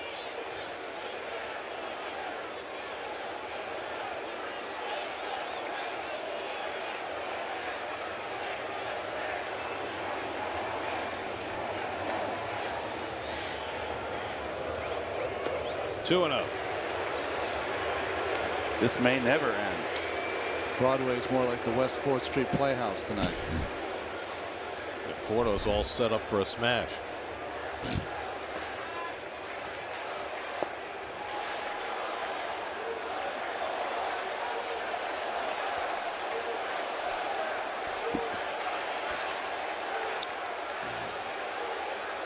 All right, what am I going to do here? I got to throw up a little sinker and just hope I can get a ground ball. Can't go 3-0. No need to even give a sign here.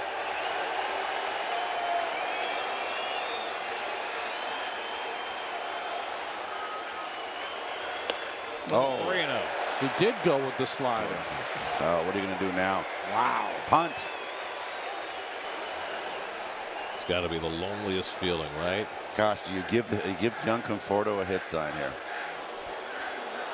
I think I would. He probably did throughout his non-professional years. That's had one grand slam this year. That was Granderson. And Conforto takes a strike. 3-1. No change on his face. You wouldn't know he had a base hit in this inning or it struck out. Just in the moment. Ready to go to hitting now on 3-1 with Cespedes on deck.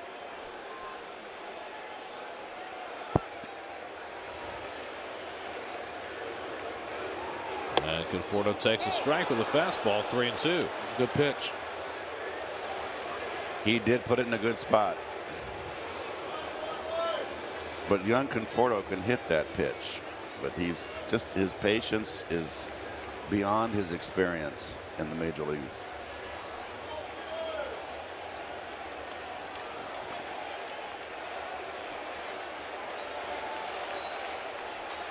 Bases loaded, 1 out, 3-2 to Conforto. And Michael cracks one into right field for a base hit. That'll bring in Plawecki. Everybody else moves up a base. Conforto moves the line with his second RBI of the inning. And it's an 8-run third inning for New York. Another bullet off the bat of Conforto. Tried to come inside. Threw it right down the Great White Way.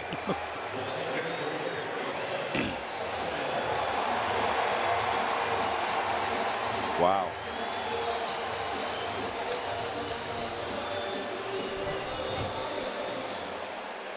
Well, there's all kinds of sabermetrics.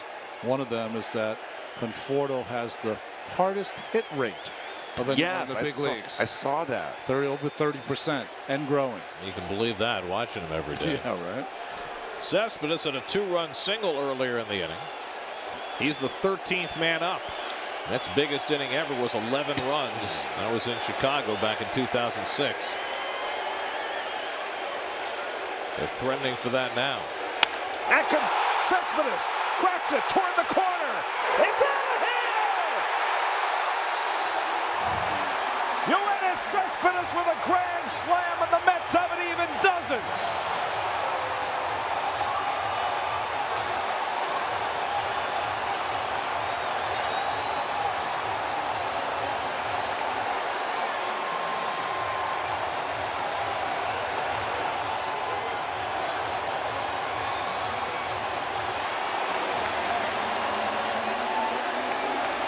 The biggest inning in the 55-year history of the New York Mets, and Cespedes puts on the crowning blow.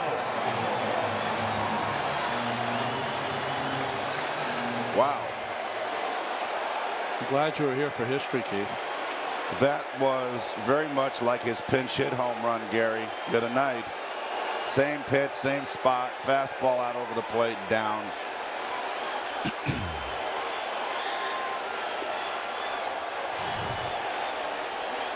Oh, helicopter. That's what you get. Talked about his ability to hit the bad breaking ball for power. Well, this can maybe turn into a game now where Terry can get his irregulars in and get them some at-bats. Duda grounds one into the shift, and Panic throws him out. That's the second out.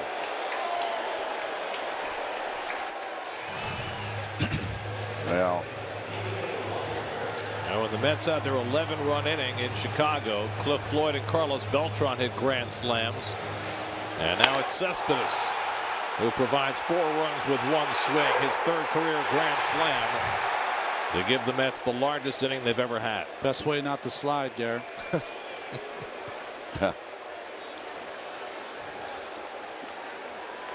And now Neil Walker, the 15th man up in the inning. Now the grand slam by Cespedes means $2,000 for no kid hungry enough to provide 20,000 healthy meals courtesy of Citi.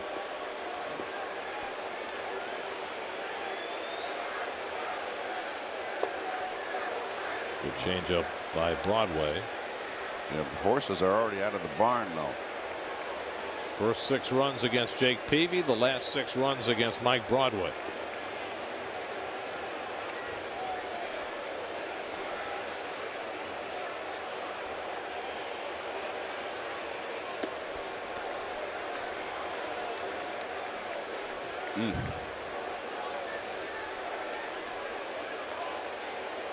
Kind of performance that could close in one night. Well, you want to get back in the uniform.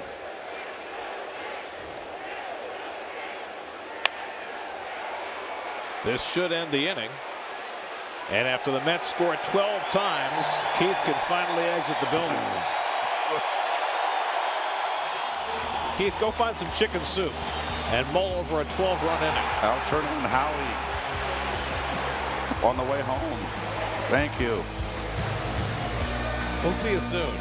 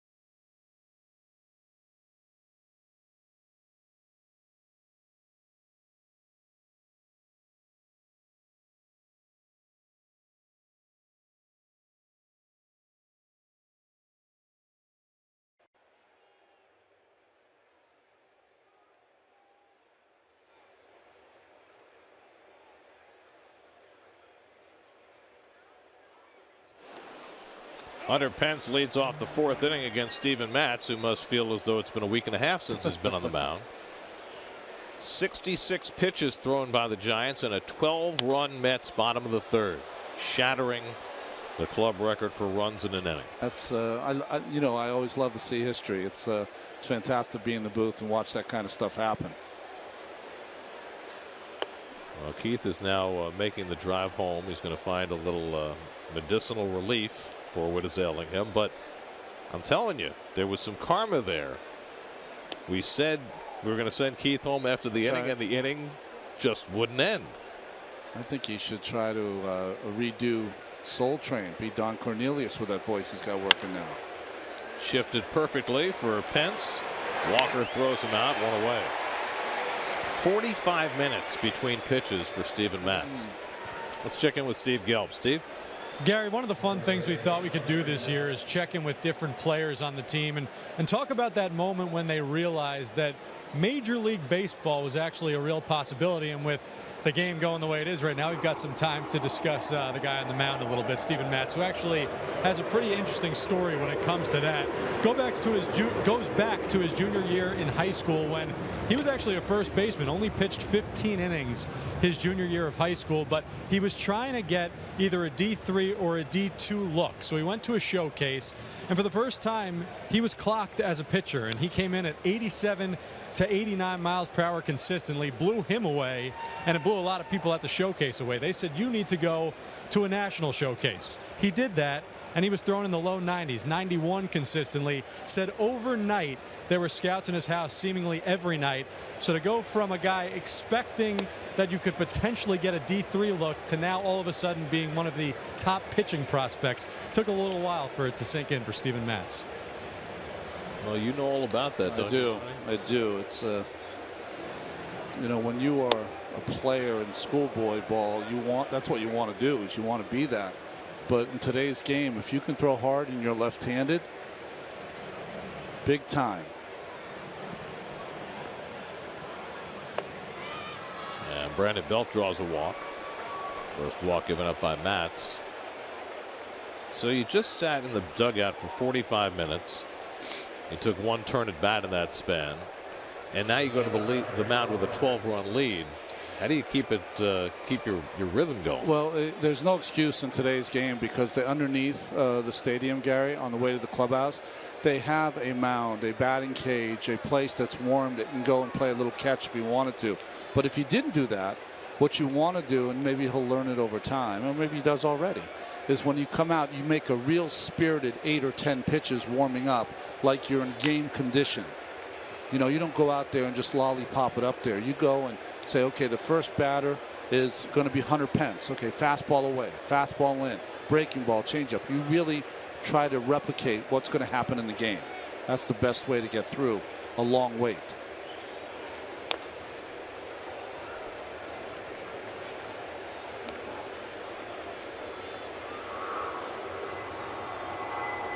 Tonight, with the early rounds over, the Jets move on to the next part of their draft plan. What does Mike McCagnon have in store? Get all the questions answered as the Jets add the next pieces on Jets Nation Draft Day Special.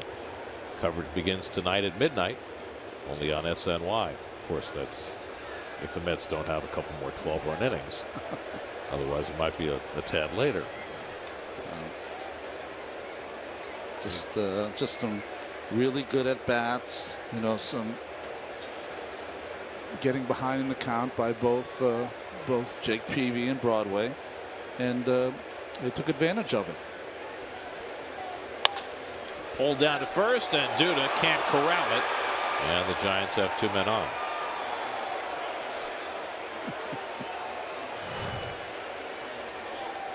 Well, Lucas tried to smother that one, and it just hit off the end of his glove, and once it got through, there was no way for Lucas to get up and make a play. Another way, in that 12-run inning, Eugenio Cespedes drove in 6 of them. It's the first time a Met has ever done that. Butch Husky had 5 RBIs in an inning. Really? The game that Delgado drove in 9, he didn't drive in 6 in 1 inning. Not in 1 inning. Mike Broadway will bat for himself, lays down the bunt. Small solace 2-4 on the sacrifice, moving the runners to second and third. So Broadway is going to be asked to soak up some innings here. Yes, he is. Good bunt.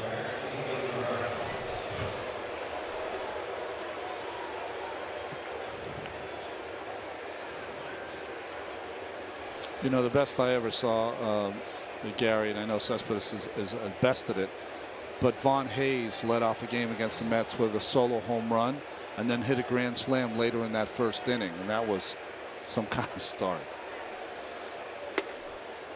Now Angel Pagan hitting ninth in the order. Pagan grounded out his first time up. Well, Matz was able to scatter 5 hits over the first 3 innings and get some key outs while the game was scoreless.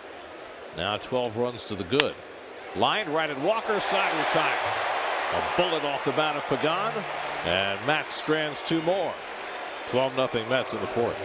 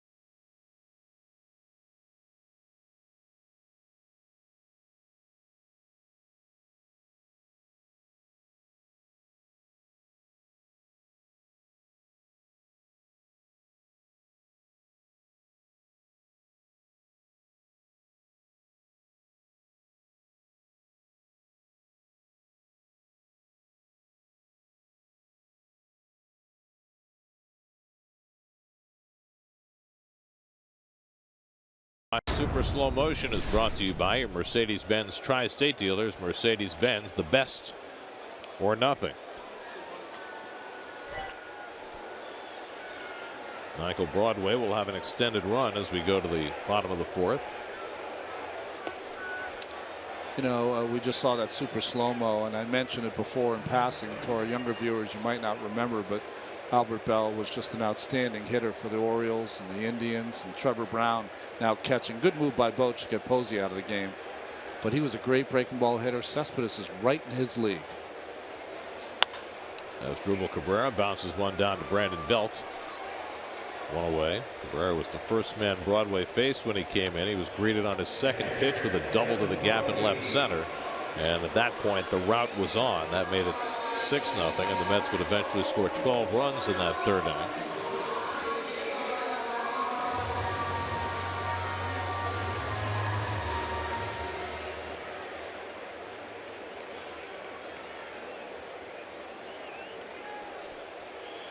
Now Kevin Plawecki, who walked and scored in the third, 0 for 1 on the night.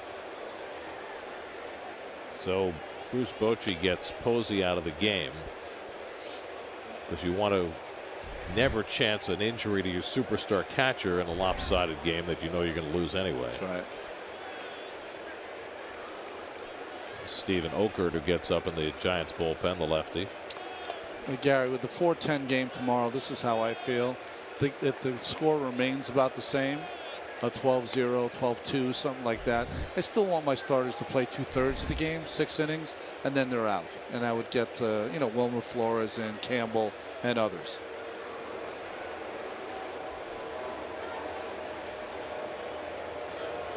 Plawecki grounds one for Crawford.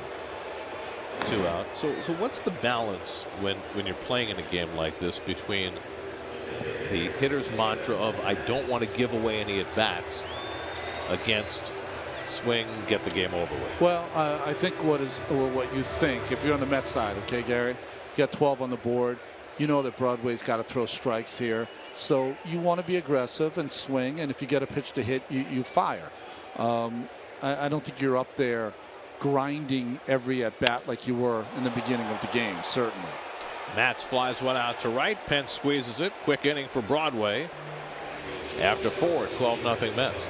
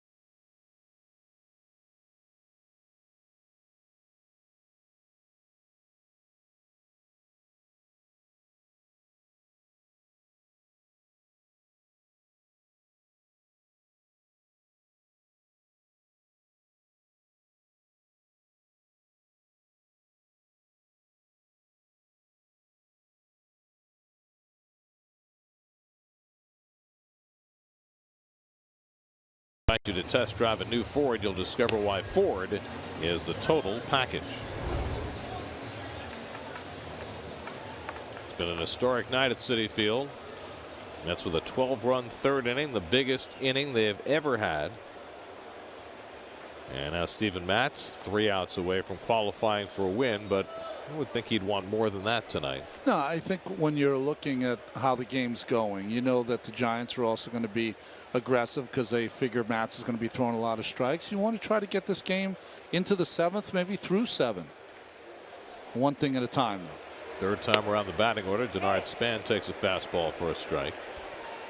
Span had a base hit in the 3rd inning. The Giants have had 6 hits against Matz over the first 4 innings, but they've stranded 6, had a runner thrown out on a strike him out, throw him out double play as well. And nothing but fastballs from Matz to get ahead 0-2.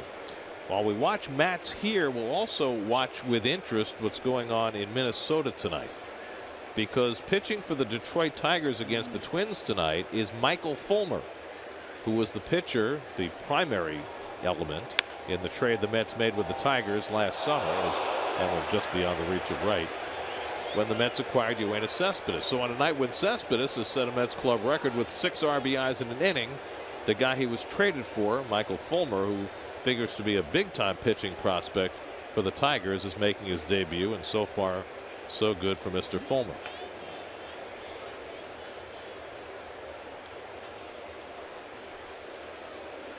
You know, the instances are legendary of late season deals like that, yes, where a player goes to another team for a rental piece, becomes a star. John Smoltz, Doyle Alexander, Jeff Bagwell. That's right. For Larry Anderson. Larry Anderson. But in this case, because Cespedes did what he did last year, even if he hadn't re-signed, Even if he had only done what he did last August and September and helped the Mets get to a World Series, then whatever Michael Fulmer would have done would have made the trade worth it. Even if he becomes John Smoltz? Yeah, I think so. Okay. And the fact that the Mets were able to get Cespedes back, even more so. Well, I liked Fulmer's comments today. He was asked, he said, listen, I've been waiting for this. My family's been waiting for it forever. And I just hope I'm good enough to stay for a long time. I mean, very humble thoughts.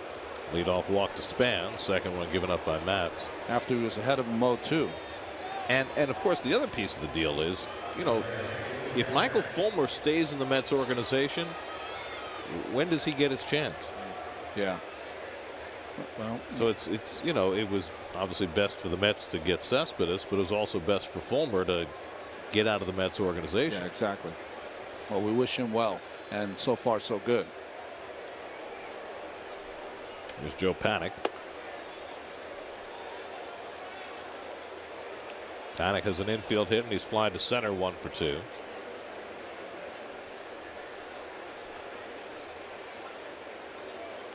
Due to playing behind Span with a 12-run lead. So and Matt's having trouble throwing strikes, and Plawecki will go out for a toss. Well, you've noticed he's become very fidgety on the mound, almost like he's just hoping this inning gets over quickly, so he's a pitcher of record. You know, and it's just inexperience. It's it's no blame. You just got to realize that this is still a game. Throw your pitches, work on the curveball. You know, it's not all just fastballs and no pitching involved. Same as it was when you started the game. You know, it's easy to forget because we saw Stephen pitch in the high pressure situations in the postseason. This is only his 10th major league start. I know, he has like 70-something professional starts. So line, David Wright makes the snag. Span gets doubled off first base. 2 down. Well, enough blame to go around here. First, though, nice hitting by Panic, but David playing right there, and you just can't get doubled off for your Span when you're down a dozen. You know, I wonder, Gary, and this is just a thought. With all the shifting, do some of the older players have no idea where the ball is going? They're used to a ball off the bat, that being a hit? I don't know. Well, you know how we talk about base runners needing to check where the outfielders are playing? Now you got to check for sure where the infielders are playing. It's just a different, it's a different thing. Matt Duffy grounds one toward the hole. Cabrera running around the backhand, and the throw right on target. He got him. Beautiful play as dribble Cabrera. He's got a lot of different ways to handle that backhand. This time he ran around it and made a perfect throw to Duda. And that gets Matz through the top of the 5th.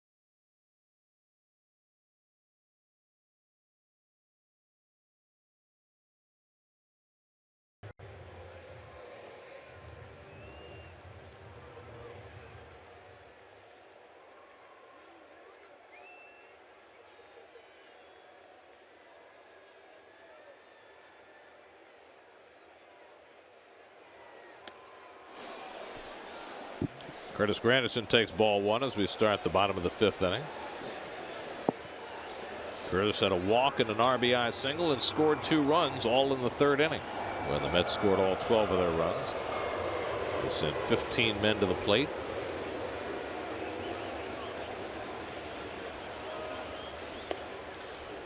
Boy, watching Asdrubal Cabrera play shortstop is a fun thing to do. He has a great sense of self, great sense of time, great sense of how to get the ball over there and just beat the runner by a step. Granderson lifts one foul, and that'll make it into the seats. We've seen Cabrera make backhand plays several different ways. We've seen him use the Ray Ordonez slide. We've seen him plant. But I think that's his favorite way of making that play. Yeah, he just has a feel for the game. It's intuitive. And in today's game, you know, there's a lot of more robotic players, you know, that they can get it done, but they don't have a real feel or intuition for the game. Cabrera certainly does. Granderson pulls one into the shift. Panic down to a knee. Almost panics, but stays calm and throws out Granderson. There's your 4th, 5th inning recap. Yoenis Cespedes did all of that damage in that 3rd inning. A 2-run single and a grand slam. First Met ever to drive in 6 runs in an inning, in the first inning in which the Mets ever scored 12 runs. Nothing against Ford, but that's got to be the worst recap we've ever had in the history of the game. I mean, that recaps nothing of what happened in this game so far. I mean, I think we needed a bigger screen. Yes, we did. David Wright's been on base 3 times already tonight. 2 walks and a single. He scored twice. Well, Mike Broadway was brought in when Jake Peavy imploded in the 3rd. He had a rougher time of it than Peavy did. Wound up being charged with 6 runs in that 12-run 3rd. But he has stayed on, and now he's retired 6 in a row since the Cespedes grand slam, which I understand counts as closing the barn door after the horse is gone. But at least he's giving the Giants the innings to protect the rest of the bullpen. Wright lifts one deep to right. Pence going back, has room. 2 out. Tonight's Cold Hard Facts brought to you by Clean Crisp Coors Light. Most batters in 1 inning this season. This 3rd inning for the Mets tonight. Not the most batters the Mets have ever sent to the plate. In that 11-run inning in Chicago in '06, they had 16 batters come to the plate. Is that the game that you were talking about, Yeah. with the 11 runs? With the grand slams by Beltran and Floyd. I don't think we did that game. I think that was an ESPN Sunday Yeah, night. I know I did not do that game. Was that the same game Glavine won his 300th? Oh, it might have Or was been that a different game? Oh, it had to be. Because we missed that one too. Also in Chicago. Well, you know, we got the Santana no-hitter. Yes, we did. Still the only one. Although I think that could change. Conforto a single, a double, and 2 RBIs in the big 3rd inning.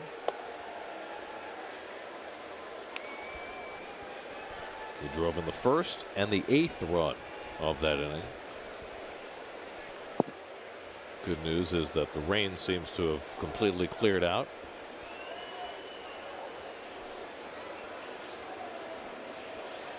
In case you were thinking, you know, maybe we wouldn't get 5 innings in. Shallow left center, sinking fast, but Pagan gets there to make the play, and that retires the side. So Broadway has settled in to retire 8 in a row after 5, 12-0 Mets.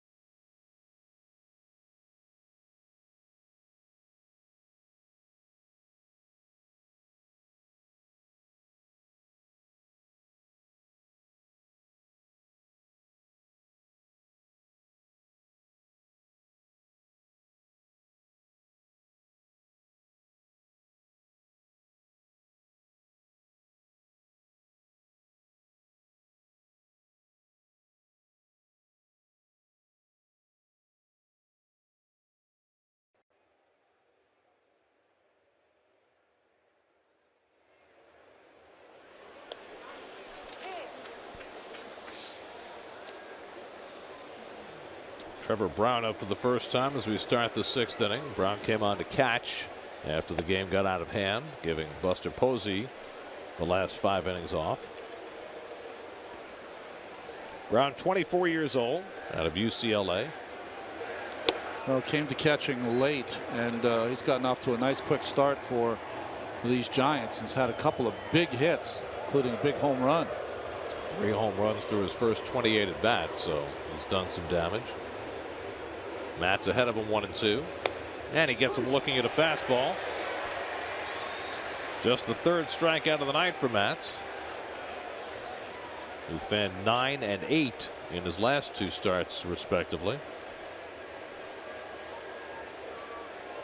So 1 out and nobody on. Now Hunter Pence, who's been up twice and grounded out both times.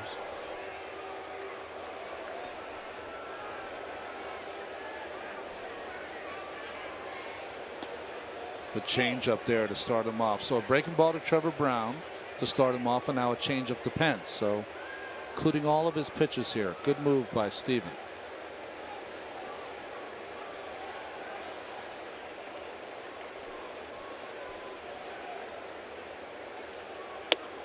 High fastball, threw it by him. You know, Gary, you know why you want to include all your pitches also? Is that you're probably not getting 12 points your next game. So you're going to have to use all your pitches. So you want to do that in this game here to replicate what you're going to have to do 5 days from now. That's his next start. It'll be the final game of the homestand against the Braves on Wednesday before the Mets head to the West Coast.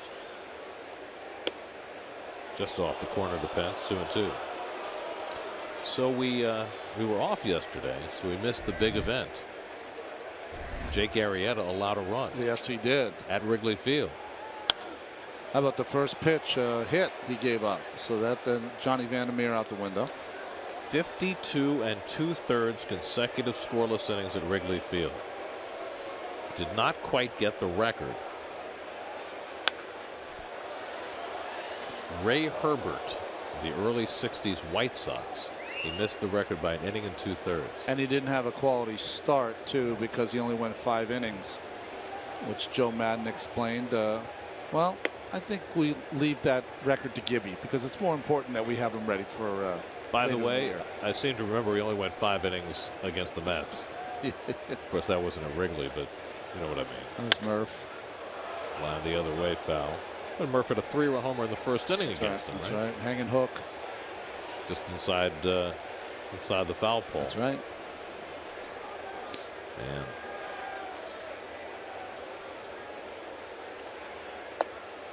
And Pence takes ball 4. So there's the 3rd walk given up by Matz, who's kind of staggering his way through the latter stages of this game. After getting the huge lead, he's walked a batter in each of the subsequent innings.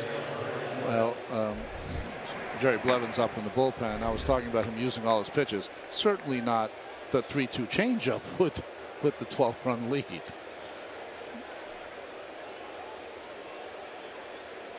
So now he'll face Brandon Belt, who's been on base twice. A broken bat infield hit and a walk, and he socks one foul down the line.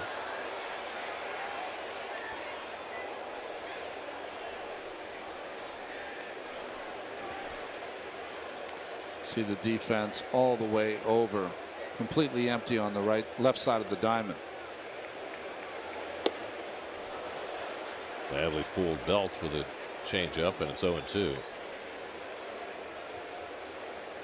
Watch a stylish left-hander in a Mets uniform wearing number 32, and I always go back to John Matlack, and when I think of Matlack, I think of a guy who never had a 12-0 lead. That's right. He always was in a 1-0, 2-1, 3-2 game. Well, he threw a lot of shutouts himself, but you're right. He lost a lot of close games, a lot of 1-0 games, 2-1 games. And Belt foul tips it. Plawecki hangs on. That's the 2nd out. John had more of a herky-jerk kind of motion. Steven Matz, you would teach every left-hander to have this kind of motion. Little cutter, and that was the best one he threw all night. And Matlack had more of a leg kick, hit the ball incredibly well. And John went on to be a pretty good pitching coach too after his career was over. When I was in my first spring training with the Texas Rangers, he was on that team, and I'll always remember no one could have been any nicer than John Matlack was to me, and I found out from others that just a nice guy. I mean, in those days, the older players would be pretty mean to you, and you had to take it, but none of that from Matlack. Toby Tomlinson on deck to be a pinch hitter if Crawford keeps the inning going.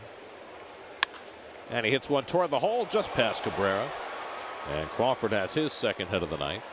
Hit number 7 against Mats. Well, I think that ensures that 6 innings is where he would like to get through, because he won't see any more. Pitch count at 107 now.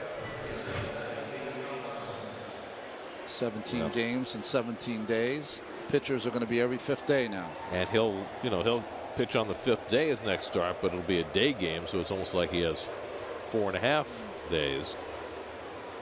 Tomlinson, the pinch hitter.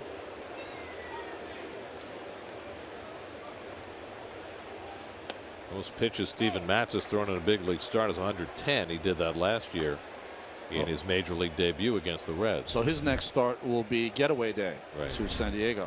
Okay. Stephen Okert up in the bullpen. Looks like he'll be on in the bottom of the inning.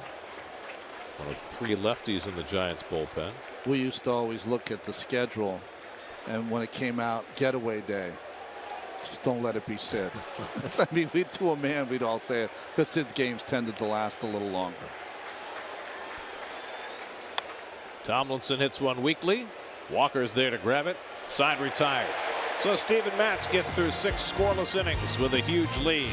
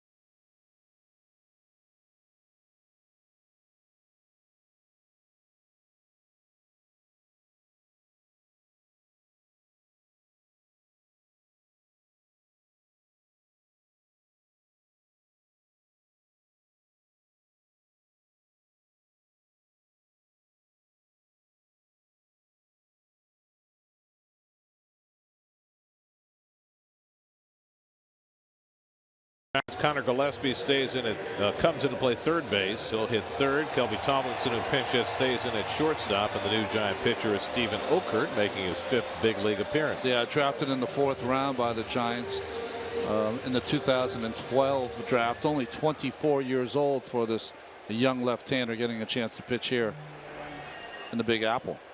He's a Sooner from the University of Oklahoma. Cespedes has been a boomer tonight. So Boomer versus Sooner. Very good. Cespedes 6 RBIs in the 3rd inning, a 2-run single that made it 3-0, and a grand slam that capped the 12-run inning. First Met ever to drive in 6 runs in 1 inning. And now facing the lefty Stephen Okert. He takes his big cut. Little breaking ball by a Broadway that just stayed on the inside part of the plate. And this ballpark, big, but not big enough for Cespedes. Broadway went 3 innings in relief, gave up 6 runs and 5 hits, but at least soaked up a couple more after that monstrous 3rd inning. Grounded down to 3rd. Gillespie with his first chance, and he throws out Cespedes, 1 away. Well, Gary, I want to say to you, happy birthday. In season, happy birthday. I got some cake here. It's awesome. Yes, that's courtesy of my wife, Lynn. She's the best. And, you know, I guess I'll always remember the date of the 12-run inning. Oh, that's right, on your birthday. And there's genius on this day because Jerry Seinfeld's also celebrating his birthday. Awesome. Way to go. Congratulations, my man. Did you leave out Michelle Pfeiffer? Oh, well, gee, well. The birthdays aren't the same as they used to be when we first started, are they, bro? You know, you want to slow them down a little bit. You really do. But the cake is really good, so it's a nice trade-off. I told Keith I keep trying to catch him, but just not going to catch up. No, we got to keep him ahead of us. He showed his age tonight, by the way. Not even a 5 and dive or 5 and fly. But he got 12 in the bottom of the 3rd. That's enough. I'm telling you, he got out of here about 42 minutes later than we thought he would.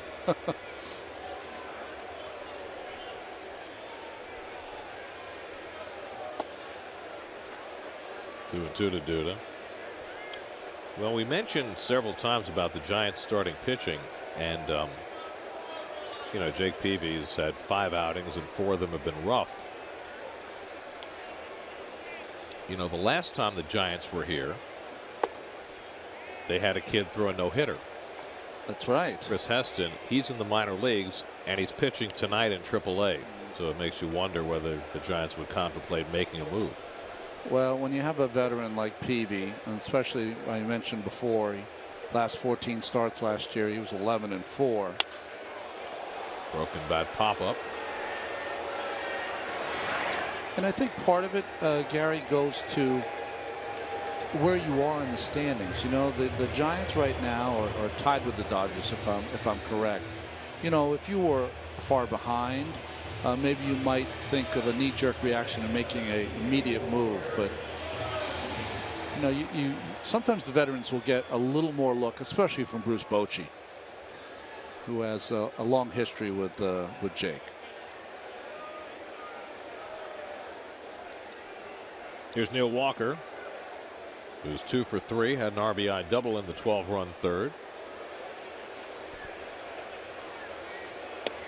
Now getting a chance to bat right-handed for the first time tonight. Oker throws a little bit like James Russell. A little 3/4. Throws a little harder than James.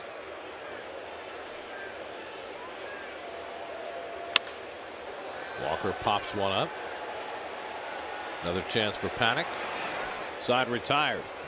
So the Giants bullpen's retired 11 straight. A little too late.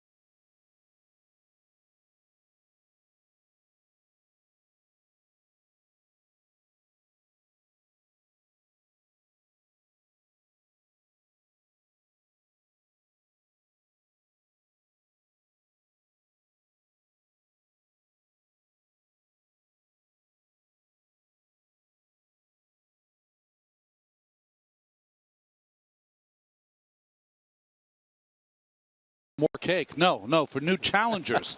Think you can beat them at Mets Trivia? Audition for the next Beat the Booth from home. For details on how to video audition online for Beat the Booth, check out sny.tv today. Jerry Blevins in to pitch in the 7th. Angel Pagan leads off for the Giants. You were mentioning that Blevins hasn't pitched since Sunday in Atlanta as Juan Lagares comes in to take Cespedes' spot. See his numbers this year. This is a good time for Blevins to get a nice clean inning. You find it somewhat ironic that he hasn't allowed a hit to a right-hand hitter this year, as Pagan made a little late move to get out of the way. Well, Blevins, it's interesting. When he first came here last season, we thought we'd only see him for a third of an out a game, you know, against the Harpers and the Freemans. But the way the bullpen has been formed now and the way it's kind of evolving or morphing, he's more of an inning guy now. And he's got a good changeup to go with that curveball and cutter. So he can pitch to both sides of the plate. And that's really true of the entire Mets bullpen. Yeah, it really is. Terry, unlike past years, has really not been matching up the way he has in other seasons because he's got guys who can be crossover pitchers. It's Robles or Bastardo or anybody like that. Fouled away, 2-2 to Pagan. Let's go downstairs to Steve Gelbs, who's standing by with tonight's Mets starter. Gary, fun night to be the Mets starting pitcher. You get a lot of run support there. And Steven, you know, for you, obviously you'll take those 12 runs any day of the week. But how difficult is that, just from a pitching standpoint, to go back on the mound after that much of a delay?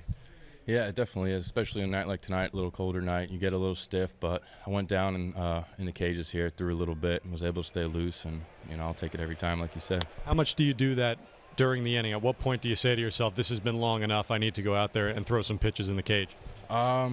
There's no specific number. It's just once you feel yourself getting a little tight, head into the cage, and there's got a little massage thing down there to just keep everything loose, and then I had to hit. So when you go back out there on the mound, are you saying to yourself, you know what, I've got this cushion, let me pitch a little bit differently here and just try and pitch to contact a little more and get some quick outs? Yeah, definitely. I definitely want to stay around the zone. I got away from myself a little bit there, but that's the goal. You just want to pitch the contact and, you know, make everything happen quick. Do you think about it all as just trying to get your work into, trying some of the other pitches and making sure everything stays sharp for your next start? No, not necessarily while I'm out there. I'm thinking in the moment there and just trying to go pitch by pitch. Overall, Steven, after that rough first start, it's now 3 straight 6+ innings. You've only given up 2 earned runs in the last 3 starts. What's been the biggest key here for you over this last stretch? I think it's just more of a focus. Like I said, just going pitch by pitch and not worrying about what just happened, not worrying about what's going to happen. Just focus in on that pitch in the moment, and that's it. Finally, what is the pitch for you that you think's been working best, and what at this point are you saying to yourself, this needs a little bit more work here?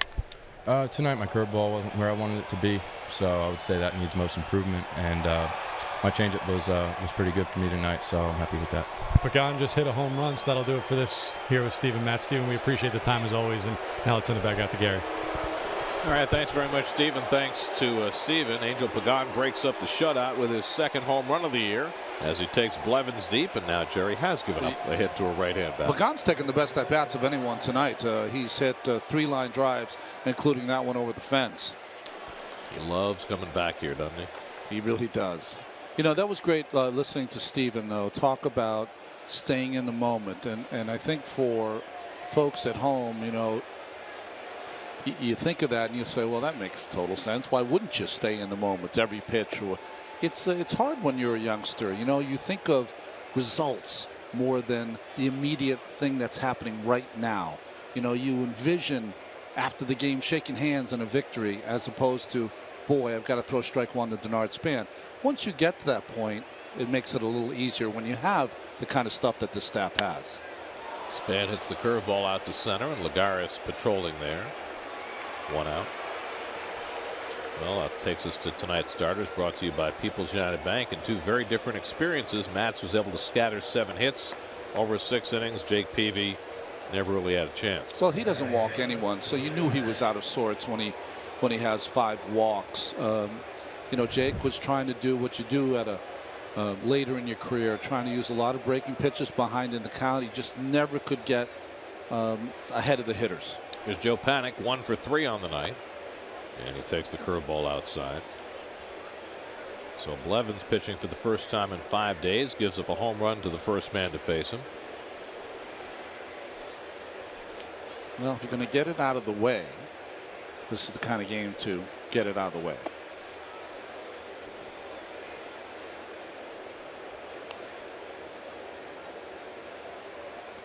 You know, and I don't think I know I haven't talked about the bullpen enough. And, you know, this is a different kind of game, so it's probably the improper game to talk about how good they've been. But they have been. 2.54 ERA out of that bullpen. And it seems like every night there's a different star. I think when this year began, you looked at the Mets' overall picture and you said starting pitching, okay. Yeah. Lineup should be okay. Deep. What you were concerned about was up the middle defense with, you know, Cespedes playing center, which isn't his best position. Yeah. Cabrera and Walker, 2 newcomers. You didn't quite know what you were going to get. So there was a question mark there, and I think that certainly for the first month of the season, that question has been answered in the affirmative. They've been terrific. And the other question was about the bullpen, and I don't think you really knew exactly what the Mets had in front of Familia and how well Familia would bounce back after all those innings last year. All those innings last year, you know, some of the good and bad that happened in the postseason. And let's not forget, Jay Reese had an historically great year. I mean, it was fantastic. So, you know, most people expect, well, he's just going to do it again this year. I mean, it's not that easy. But he's got some weapons down there. I think Robles has improved his slider. That's great. I think Addison Reed has improved his slider, and we're talking about a guy that knows how to save games when he was in Chicago. Bastardo brings him a nice lefty with some power himself. Panic strokes that one to center, but right at Lagares. 2 out.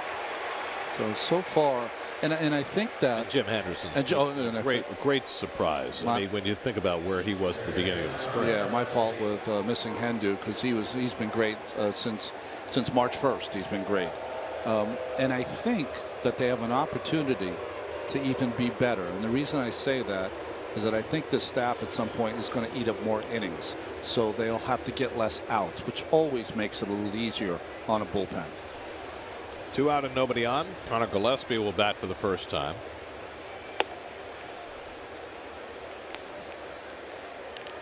So Gillespie playing a few years ago for the White Sox. That's right. Yeah, he was there. They thought it was going to be their answer at third base. He's an interesting player in that he's always hit for average, but not a lot of power. And you know how baseball, they like to corner people to be able to hit the ball out of the ballpark. Well, the White Sox have a manager who was a pretty good third baseman in that regard. More than pretty good. It was outstanding.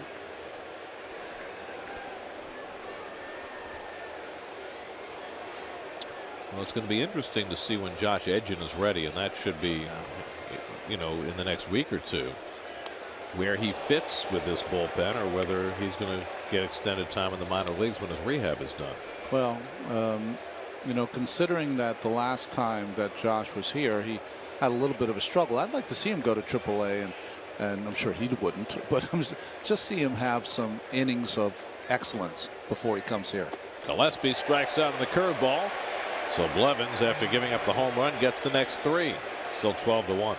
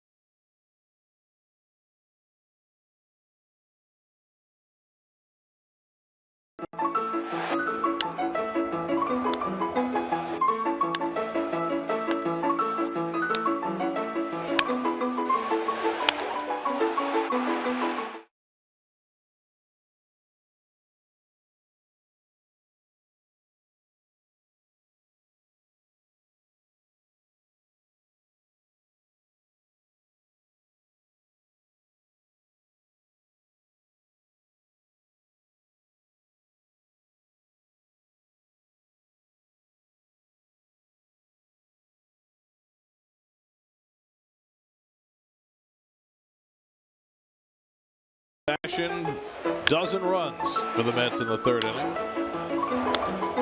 I love the music. It's beautiful. And the hits just kept on coming.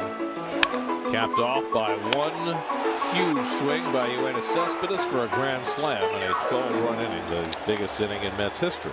What'd you say, in 55 years? So, I mean, you know, you could come to games for as long as you live and never see an inning like that again. I remember when the Mets had their first 10-run inning. That was in the late 70s as Cabrera bangs one up the middle for a base hit. First hit the Mets have had since the Cespedes grand slam in that third inning. Second hit of the night for Cabrera. And that 10-run inning stood as the Mets' largest until they tied it against the Braves in 2000. That was memorable because they were down 8-1 going to the bottom of the comeback, eighth. Right? Scored 10 runs in the bottom of the eighth. Piazza hit a 3-run homer to cap that inning. And then that stood until 2006 when they had that 11-run inning in Chicago. And that brings us to the Mets box score presented by Jeep. Cespedes had the biggest piece of that 12-run inning, driving in half the runs. And Conforto keeps on trucking. Lecky shoots one foul. I always laugh whenever you talk about, I always call that my dark period because I don't watch a lot of games then. But every time you talk about those great moments in the late 90s, 2000, Mike is always at the center of the big hit or.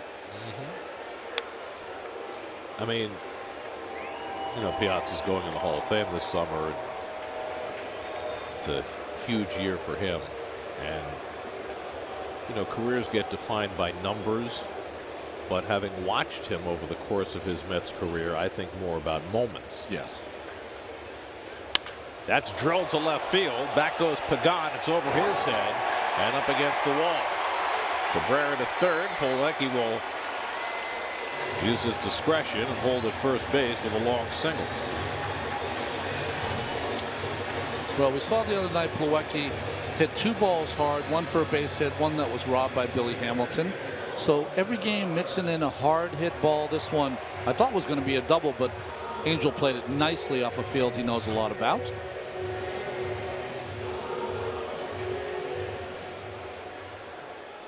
Here's Juan Lagares up for the first time. Came in on the double switch last inning, hitting 9th in the order, 1st and 3rd and nobody out. I mean, Mike had so many special moments as a Met, but there are certain ones that stand out. The home runs against Clemens, which led to the you know, the bat throwing in the World Series. There was one that he hit against Trevor Hoffman to win a game at Shea when the Padres had not lost a lead after 8 in like 100 and some odd games in a row. The one he hit against Smoltz in Game 6 of the League Championship Series, when the Mets had been down 5-0 and they were fighting for their lives. He had a game-tying home run, and Smoltz came out of the bullpen. And, you know, and they just, the one he hit against Billy Wagner in Houston late in the '98 season, when the Astros were fighting for a postseason berth, and he tied up the game in the 9th inning against Wagner when nobody hit Wagner. There's a strike, 3-1. There's no clutch, you know, in baseball. No, he was. The great player is just, I don't know if they turn it up a notch or they just remain the same while everything else around them runs amok. You know, they just be, you know, let their greatness shine. That's line, a base hit for Lagares, and that'll bring in another run. Cabrera trots in. 3 straight hits for the Mets to start the bottom of the 7th, and it's now 13-1. Well, that's good for Juan. You know, coming in defensively in a game that's out of control, and he comes in and keeps his wits about him, stays back on a breaking ball, and he gets himself a knock. Pretty good pitch from Oakland, but better swing by Lagares.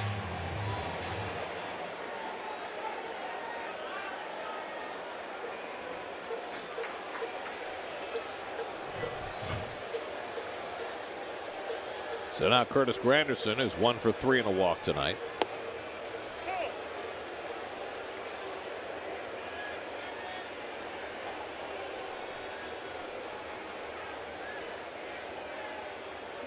Just trying to think who Oakland throws like a little bit. You know who he throws like? A lefty that did a lot of great pitching for this team, Jeremy Affeldt.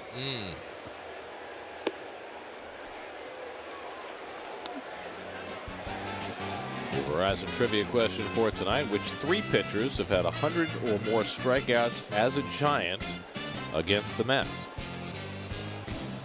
That's a good question. Well, the one guy in the 60s, right? Yes. Marichal. Right. I also think one of the guys is in the ballpark right next to us. He has a chance, right? Kruko? Maybe. He has a lot of wins against the Mets. 20-something wins. Yeah. Right? Well, not all with the Giants, though, right? His wins? Not all of them. Yeah. Because he was with the Substantial Cubs. number, right? I mean, Lincecum or Kane, one of those guys could certainly be on the list. But all those great Giant pitchers when Roger Craig was the pitching coach.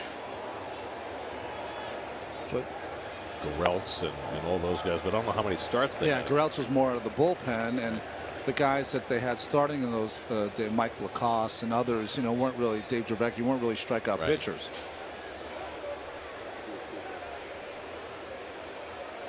3-2 to Granderson with nobody out. David Wright on deck. And he struck him out. That's the first out of the inning. The only guy I'm sure about is Marichal. Yeah. Mike Kruko is on the left there along with Dwayne Kuiper in the Giants booth. There's the 2 Ks. If you ever have a chance, folks, you got to listen to those guys. What a broadcast. Just outstanding. They're good buddies, so that comes across. Real knowledgeable, and they have a blast. Kruko has a little bit of Dennis Eckersley in him. Big time. In that he has a language that you have to kind of listen to, you know, to fully grasp. Yeah, he has like Kruko speak. I love it.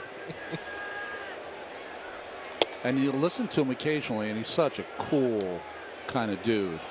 But occasionally, if he gets mad as an opposing player, you'll hear him say, like, "Sit down, meat." Like you got to know what he means.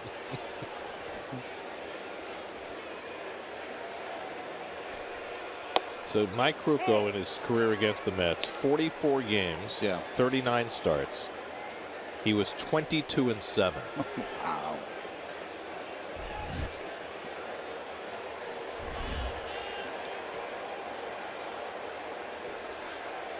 I mean, he just had to toss his glove out there. 1-2 to David Wright, who's 1 for 2 with a pair of walks tonight.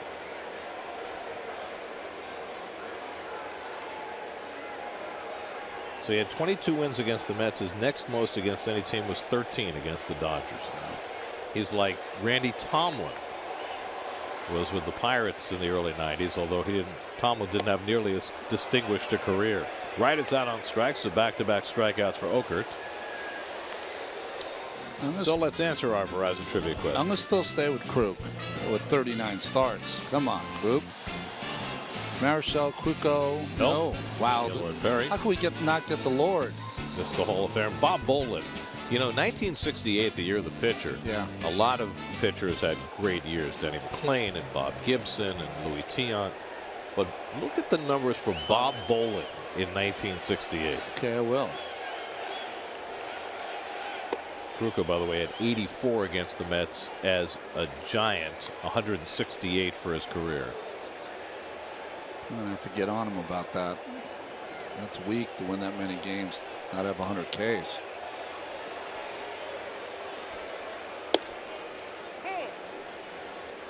So Bob Bolin, 1968, had a 1.99 ERA, a WHIP of 0.98.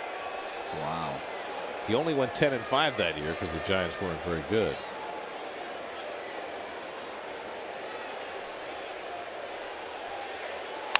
Conforto hits a rocket right at Panic on a couple of hops, and that retires the side, but the Mets tack on a run. Yeah, fun at the ballpark tonight when your team's up by a dozen.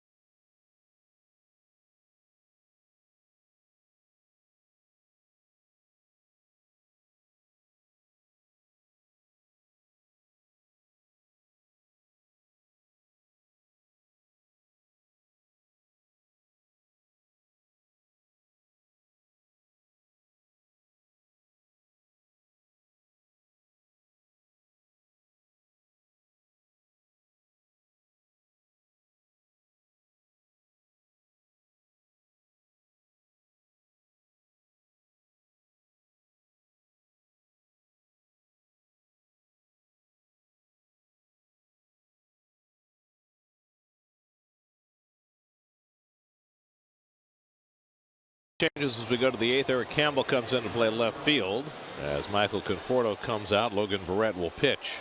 Versatile Verrett. He can pitch if it's a 1-run game, and he can pitch if it's a 12-run game. But he's done a great job out of that bullpen also.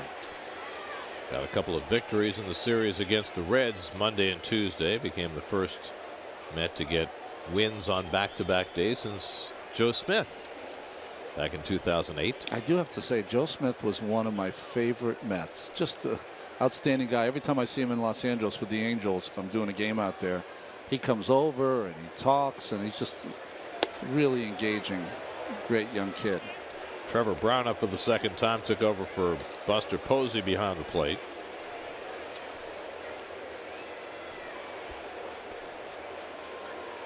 So Jerry Blevins worked an inning in relief, allowed the home run to Angel Pagan that broke up the shutout. Oh, there's a nice shot of our cameraman in center field. You ever try that? Running camera? I have. It's really hard. Unless you're at the camera that Al has. Well, that's easy there. He doesn't have to do anything. But all the other ones are very difficult. Well, Al doesn't. He doesn't do anything. He just stands there and takes the same shot for 9 innings. Well, it's hard to take different shots when your hands are full of edible products. You mean like gummy bears, Swedish fish? There's Al in front of our booth. Hey, listen, we make fun of him. No one loves Al more than us. The best. Cabrera on the backhand and the quick toss off the bag. Duda slaps the tag on Brown for the first out. Is that the first errant throw I've seen from Cabrera? I've missed a couple games now. He's had a couple that have been offline, but he had plenty of time. Duda had plenty of time to adjust and make the play. By the way, we said we'd keep an eye on Michael Fulmer, making his major league debut for the Tigers tonight. He's through 5 innings. He's allowed 2 runs, 7 hits, has a 4-2 lead in Minnesota. Slowly hit down to third. And David Wright makes a low throw, and Duda can't handle this one. Survives the meeting with Penza, comes off the bag, but they say he had not made any move to make a turn, and so he is safe. Well, David doesn't rush this throw. He just doesn't get anything on it. And a tough bounce, and Duda tries to make the play. Penza's not a small man now. Penza's 6'4", 200 pounds, and he ran into the wall of Duda. Like Wall of Voodoo. Right? Mexican radio, Wall of Voodoo? Exactly. Zappa. Almost got zapped. So they're going to score that error on David Wright. A 1-out base runner. Brandon Belt takes a strike. Gregor Blanco, the last man left on the Giants bench, is out on deck to pinch hit. Third error of the year for David Wright.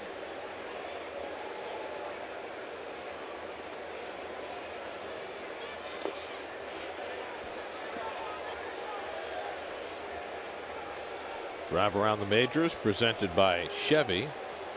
Matt Caesar a grand slam in the bottom of the 8th as the Cubs beat the Braves this afternoon. We told you about Michael Fulmer's debut. Juan Nicasio pitched well for the Pirates tonight as they beat the Reds.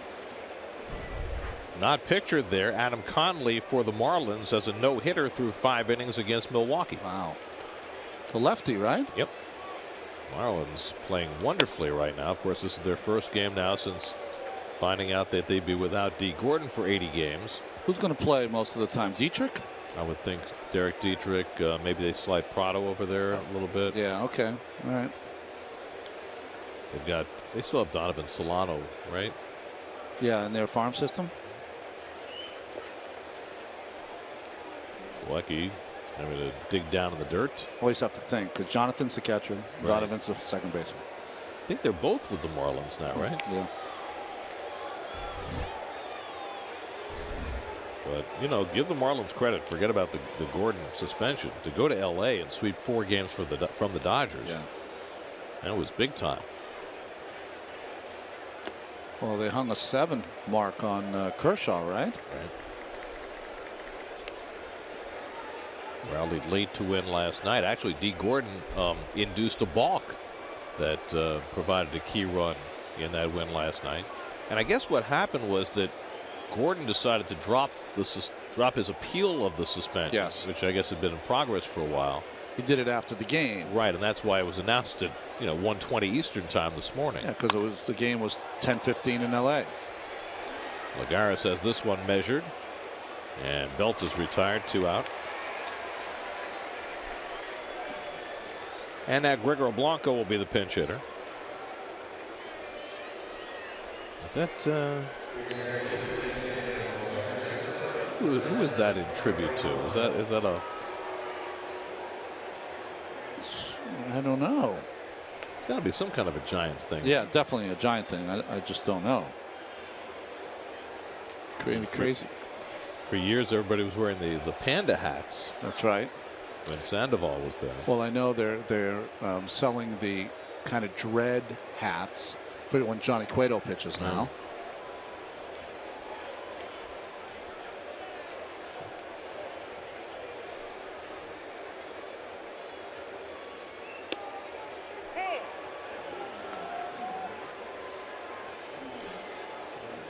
Yeah, there's a lot of Giants fans that have made it to the ballpark tonight. You know, I mean, they've been the best the last 6 years. Well, you still got the residue That's of right. fans from when the Giants played in New York, so you have a little bit of carryover there, and then 3 championships in the last 6 years. This young man on the right probably was at the Polo Grounds at some point. That's a different kind of Giants. I would go with the extra large, just my view personally.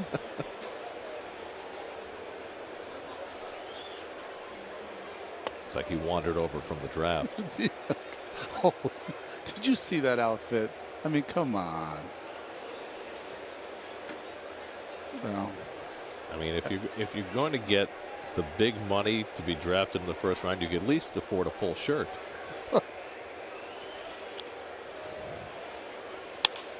Lined over Duda, a base hit for Blanco. Pence will go to third. Blanco's going to try for 2, and he'll slide in safely with a double. So a pinch hit double for Gregor Blanco. And the Giants have runners at second and third.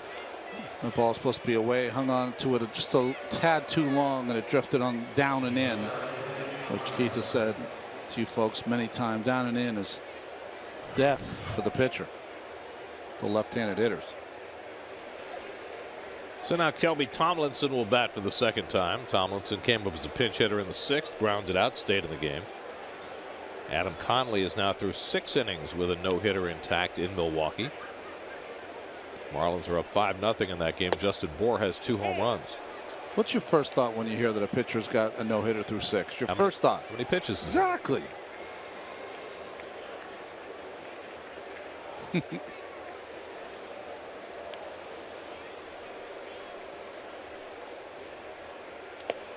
stop by Plawecki. That saves a run.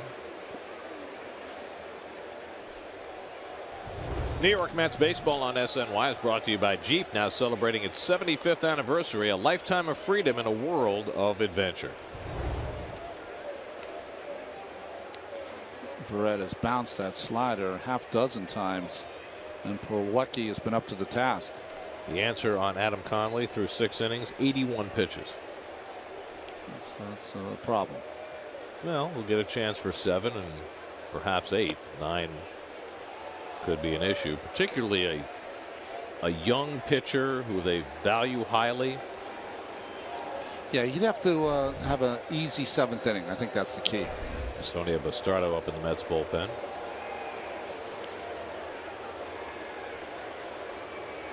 Two-1 from Verrett, and Tomlinson goes after the fastball away. 2-2.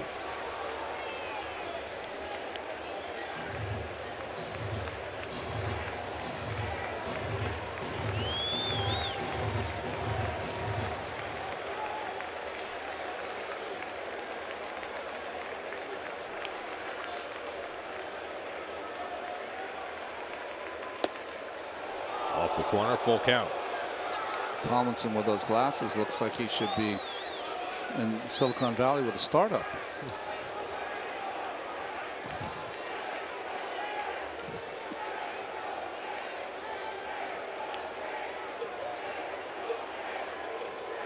Three-two from Verrett, and he misses wide. Ball 4 to load the bases.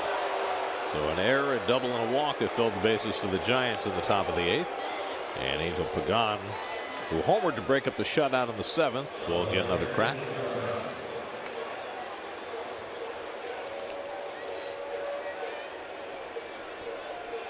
Angel hit a home run as a right-hand batter against Jerry Blevins. Now he gets a chance to bat left-handed against Logan Verrett. 2 home runs now and 12 RBI on the season for Angel. Both of his home runs have come batting right-handed.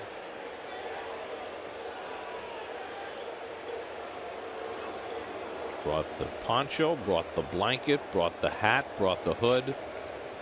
Very well prepared. Bases loaded, 2 out, and Pagan takes a knee-high strike.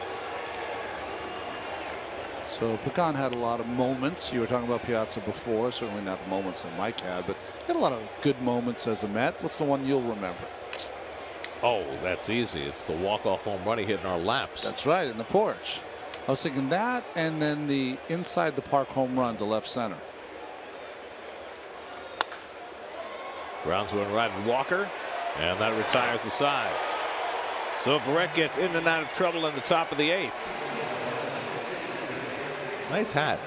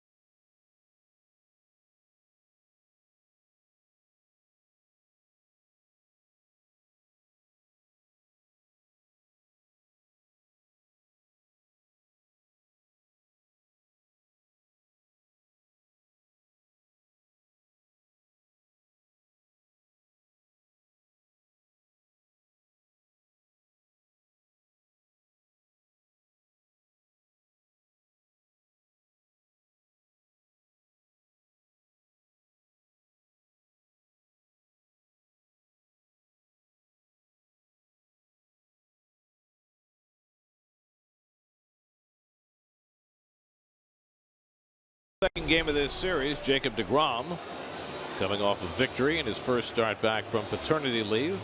We'll go up against Matt Cain. Our coverage begins tomorrow afternoon at 3:30 right here on SNY. And there are your city probables. Sunday's game, a marquee matchup, weather permitting. Noah Syndergaard against Madison Bumgarner.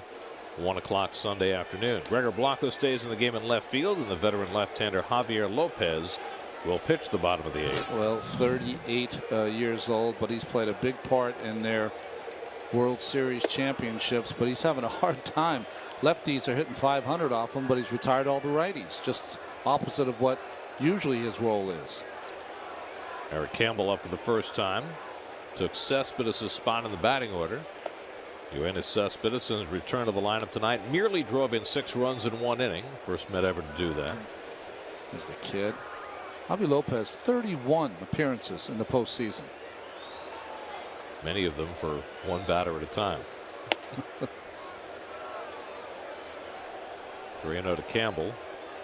Duda and Walker to follow for the Mets in the bottom of the 8th. It's been a walkover since the 3rd when the Mets had a record-setting 12-run inning. There's a strike. Jake Peavy took it on the chin. 2 innings plus, 6 runs, 4 hits. Mike Broadway, 3 innings, 6 runs, 5 hits. Steve Oker, 2 innings, 1 run, 3 hits. It's been that kind of night for the Giants, who came in a game over 500, having just swept a series from San Diego, but it's been all Mets tonight. And there's a strike, 3-2, as the Mets are on the verge of their 7th straight win.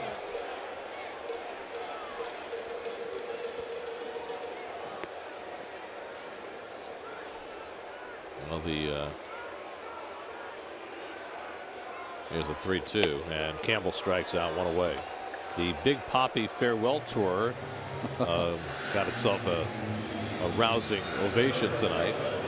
2-run homer off Delton Betances in the bottom of the 8th. Boston beats the Yankees 4-2. Wow.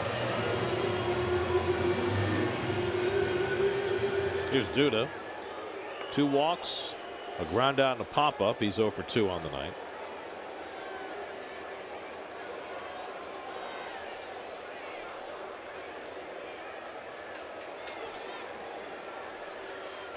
Red hot Phillies have the bases loaded in the bottom of the 10th against Cody Allen and the Indians, tied 3-3.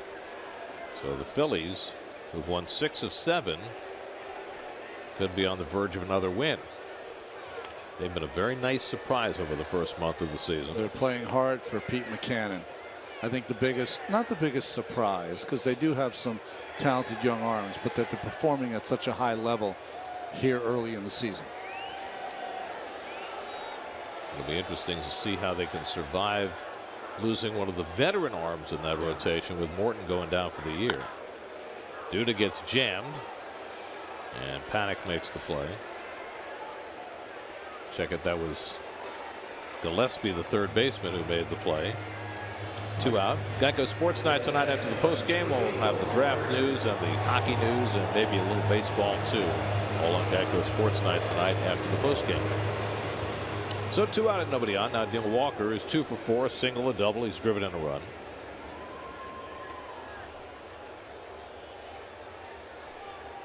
Let's have 12 hits tonight. 8 of them came in that 12-run 3rd inning. I mean, it really felt at some point that that inning might not ever end. What do they say? Your offense is going well if you hit for a half hour. Well, they hit for 45 minutes.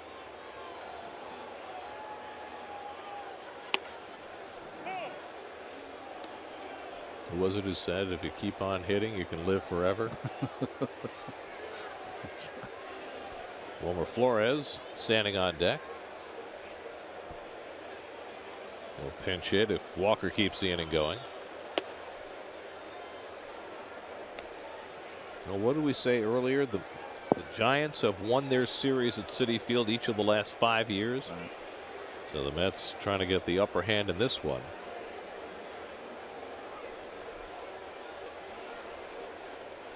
Well, it's going to be interesting to watch the matchup on Sunday because not only are both pitchers just fantastic. Bumgarner, of course, has done so much in his career, young career already. Both good hitters also.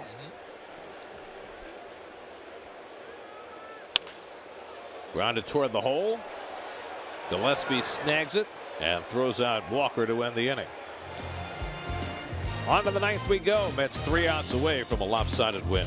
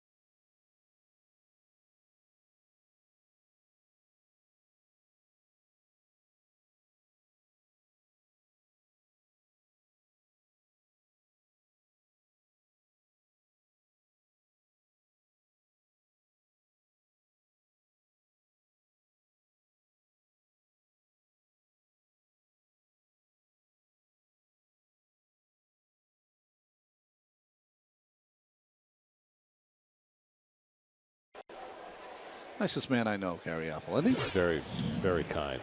Gentlemen. Antonio Bastardo will try and secure the final 3 outs for the Mets. Facing the top of the Giants batting order, Denard Span, who's 1 for 3 and a walk tonight.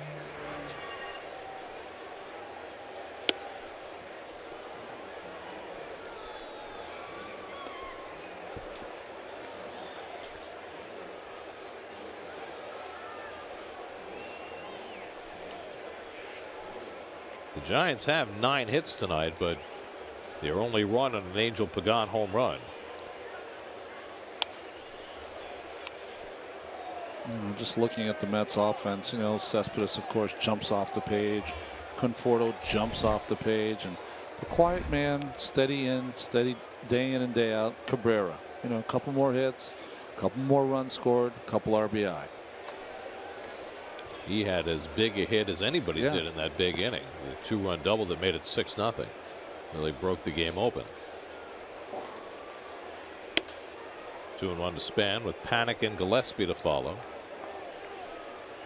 Steven Matz went 6, no runs, 7 hits, 3 walks, 4 strikeouts. And a chance for his 3rd straight win. If he gets the win, it certainly seems likely. Matz will be 7-1 in his major league career. In 10 starts. Span pops one up. Duda over near the railing.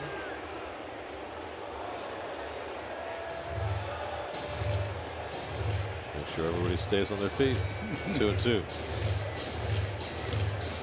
Well, Adam Conley now through 7 innings with a no-hitter intact, right at 100 pitches. Wow. So he threw 19 in the 7th. You said 81, right? So Don Mattingly with some serious decision making, or none at all, maybe. I don't know. You and I were talking the other day that the Chicago Cubs have a protocol now for their pitchers if they get close, what kind of game it was, how many pitches under duress, on how they're going to let their guys go if they have a no hitter in place.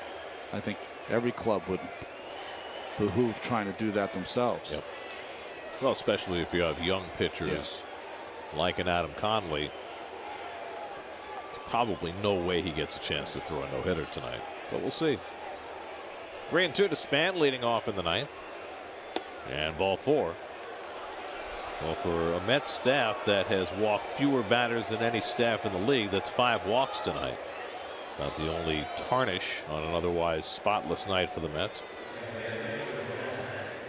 11 walks, I think, in the game. Now Joe Panik, who's hit a couple of line drives his last time up, both into outs.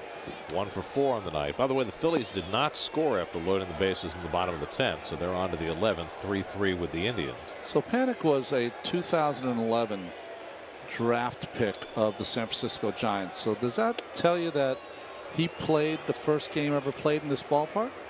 With St. John's. Yeah, St. John's Jefferson. Yeah. Okay.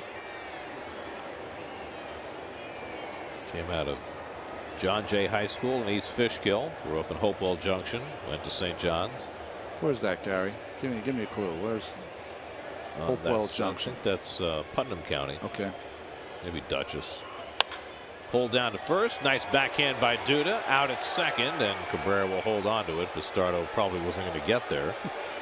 So they get the force on Span for the first out.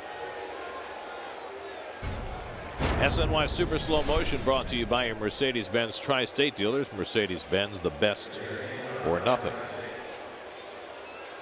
Well, that was a big play too in that inning. Hunter Pence ran to the place that he thought the ball was going to be, and it kind of drifted to his right and just off the end of his glove. It was off the bat of Granderson and made it 7-0. One reason I say that is that we always see him making great plays out there. Panik at first with 1 out. Connor Gillespie, the batter, struck out in his only at bat in the 7th.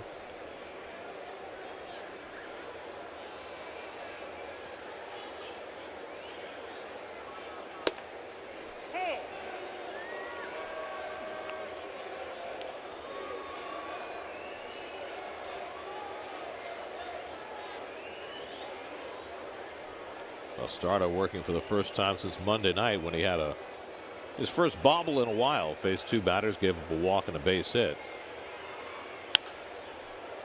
But before that, he had really been locked in.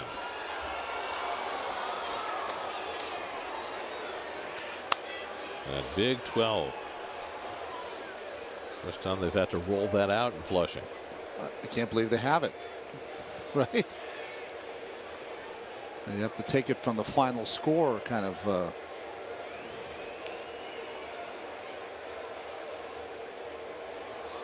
I wonder with the hand-operated scoreboards, will they actually have to have like numbers on little boards? Like Wrigley Field? How high do they go? I mean, Fenway Park? Do they have a 15, a 16, a 20? At some point, they're writing on a piece of paper and inserting it there, right? I mean, what's the biggest inning in Major League history? Was it 19, I think? I don't know. Don't know that. I don't think I've ever seen a dozen runs put up in an inning. I mean, you could. The Mets next 55 years might not do that, right? They hadn't done it in the first 54.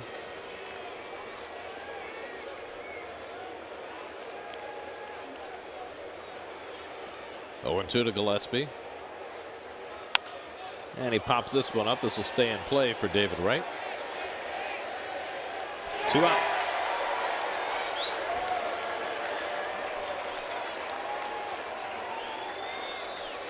So the Giants are down to their final out of the night. Trevor Brown will come to bat. Brown is 0 for 2, struck out and grounded out after coming on for Buster Posey, who left once this became a lopsided game. Terry Collins' crew on the verge of their 7th straight win. Remember last year early in the season, the Mets had an 11-game winning streak that got them to 13-3 to start the year. Well, like the Giants had in 2010 and really 2010 then 2012. You know, if you lost that first game, you had to face another monster the next night. And that's what the Mets have now. You know, they get the first game with their youngster Mats, and they get DeGrom coming, and then Syndergaard. Just doesn't let up for the other team. Well, it's kind of like facing the '86 Mets. You know, it's you know you're going to get a quality out and give your team a chance. That's a good thing.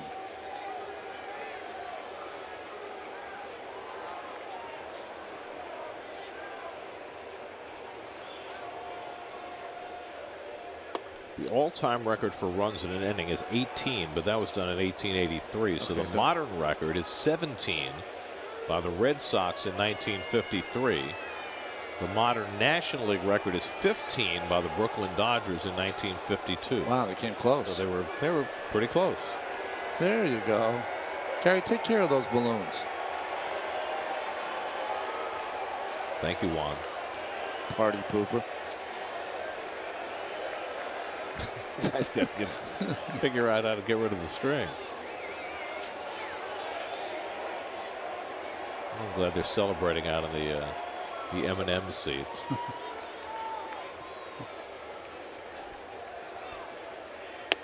And there's ball 4 to Brown. So 2 walks in the inning for Bastardo and 6 for the night for the Met pitchers. 6 for each team now, 12 total. And so Hunter Pence will get another crack at it. Pence is 0 for 3 and a walk tonight. Survived dropping a fly ball in right field. Survived smacking into Lucas Duda at first base. And here comes another balloon.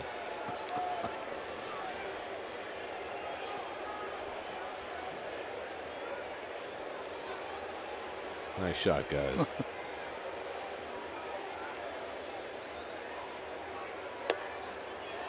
I mean, where did that balloon come from that it's sailing down the Nikon sign in center field?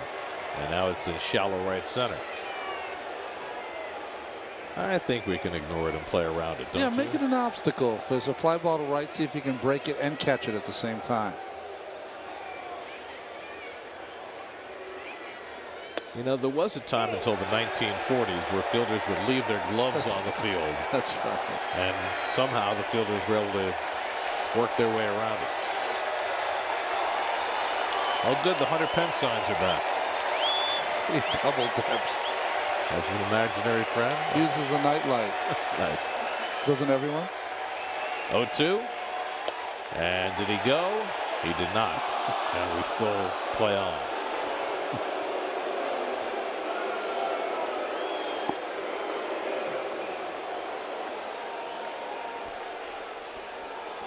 The Marlins were just retired in the top of the 8th, so we'll see who takes the mound for them in the bottom of the 8th with Adam Conley working on a no-hitter. 1-2 to Hunter Pence, and Conley is still in there.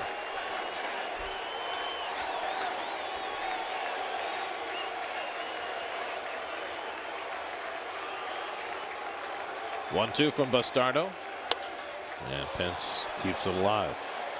On a day when all of the talk was about their suspended second baseman, Mr. Conley's trying to change the dialogue. Remember also that they played a late game in LA last night and flew to Milwaukee, 2 time zones away, which is another thing baseball has to work on. The schedule is just outrageous and getting worse every year. It is.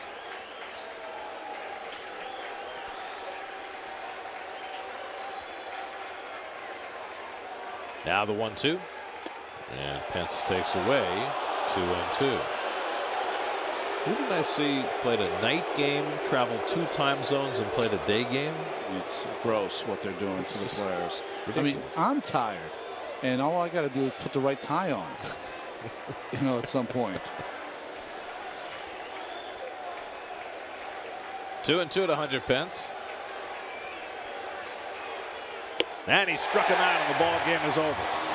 Antonio Bastardo gets the final out on an historic night for the Mets as they put up their first ever 12-run inning, with Yoenis Cespedes driving in half the runs in that 12-run third, and the Mets walk past the Giants 13-1. Well, one of the most impressive innings I've ever seen as a player or a broadcaster. 6 runs driven in by Cespedes, including that grand slam home run. Conforto again with a double and a couple of RBIs, and Asdrubal Cabrera, 2 hits, 2 runs scored, and 2 RBI. So the Mets have now won 7 in a row, 12 of their last 14. They improved to 14-7 on the season as they grab the first game of the series from the Giants. Here's tonight's game summary presented by Jeep. Yoenis Cespedes returned to the lineup with authority tonight. His 3rd career grand slam, capping that 12-run inning, the biggest inning in franchise history. For every Mets win, the Mets organization is proud to contribute $2,500 to Northwell Health and the Katz Institute for Women's Health. For more information, visit northwellhealth.com/KIWH. This win brings the total contribution so far this season to $35,000. Steven Matz, 6 scoreless innings for the win, and the Bats did the rest. And Hunter Pence still has friends. 13-1 Mets win it. More coming up.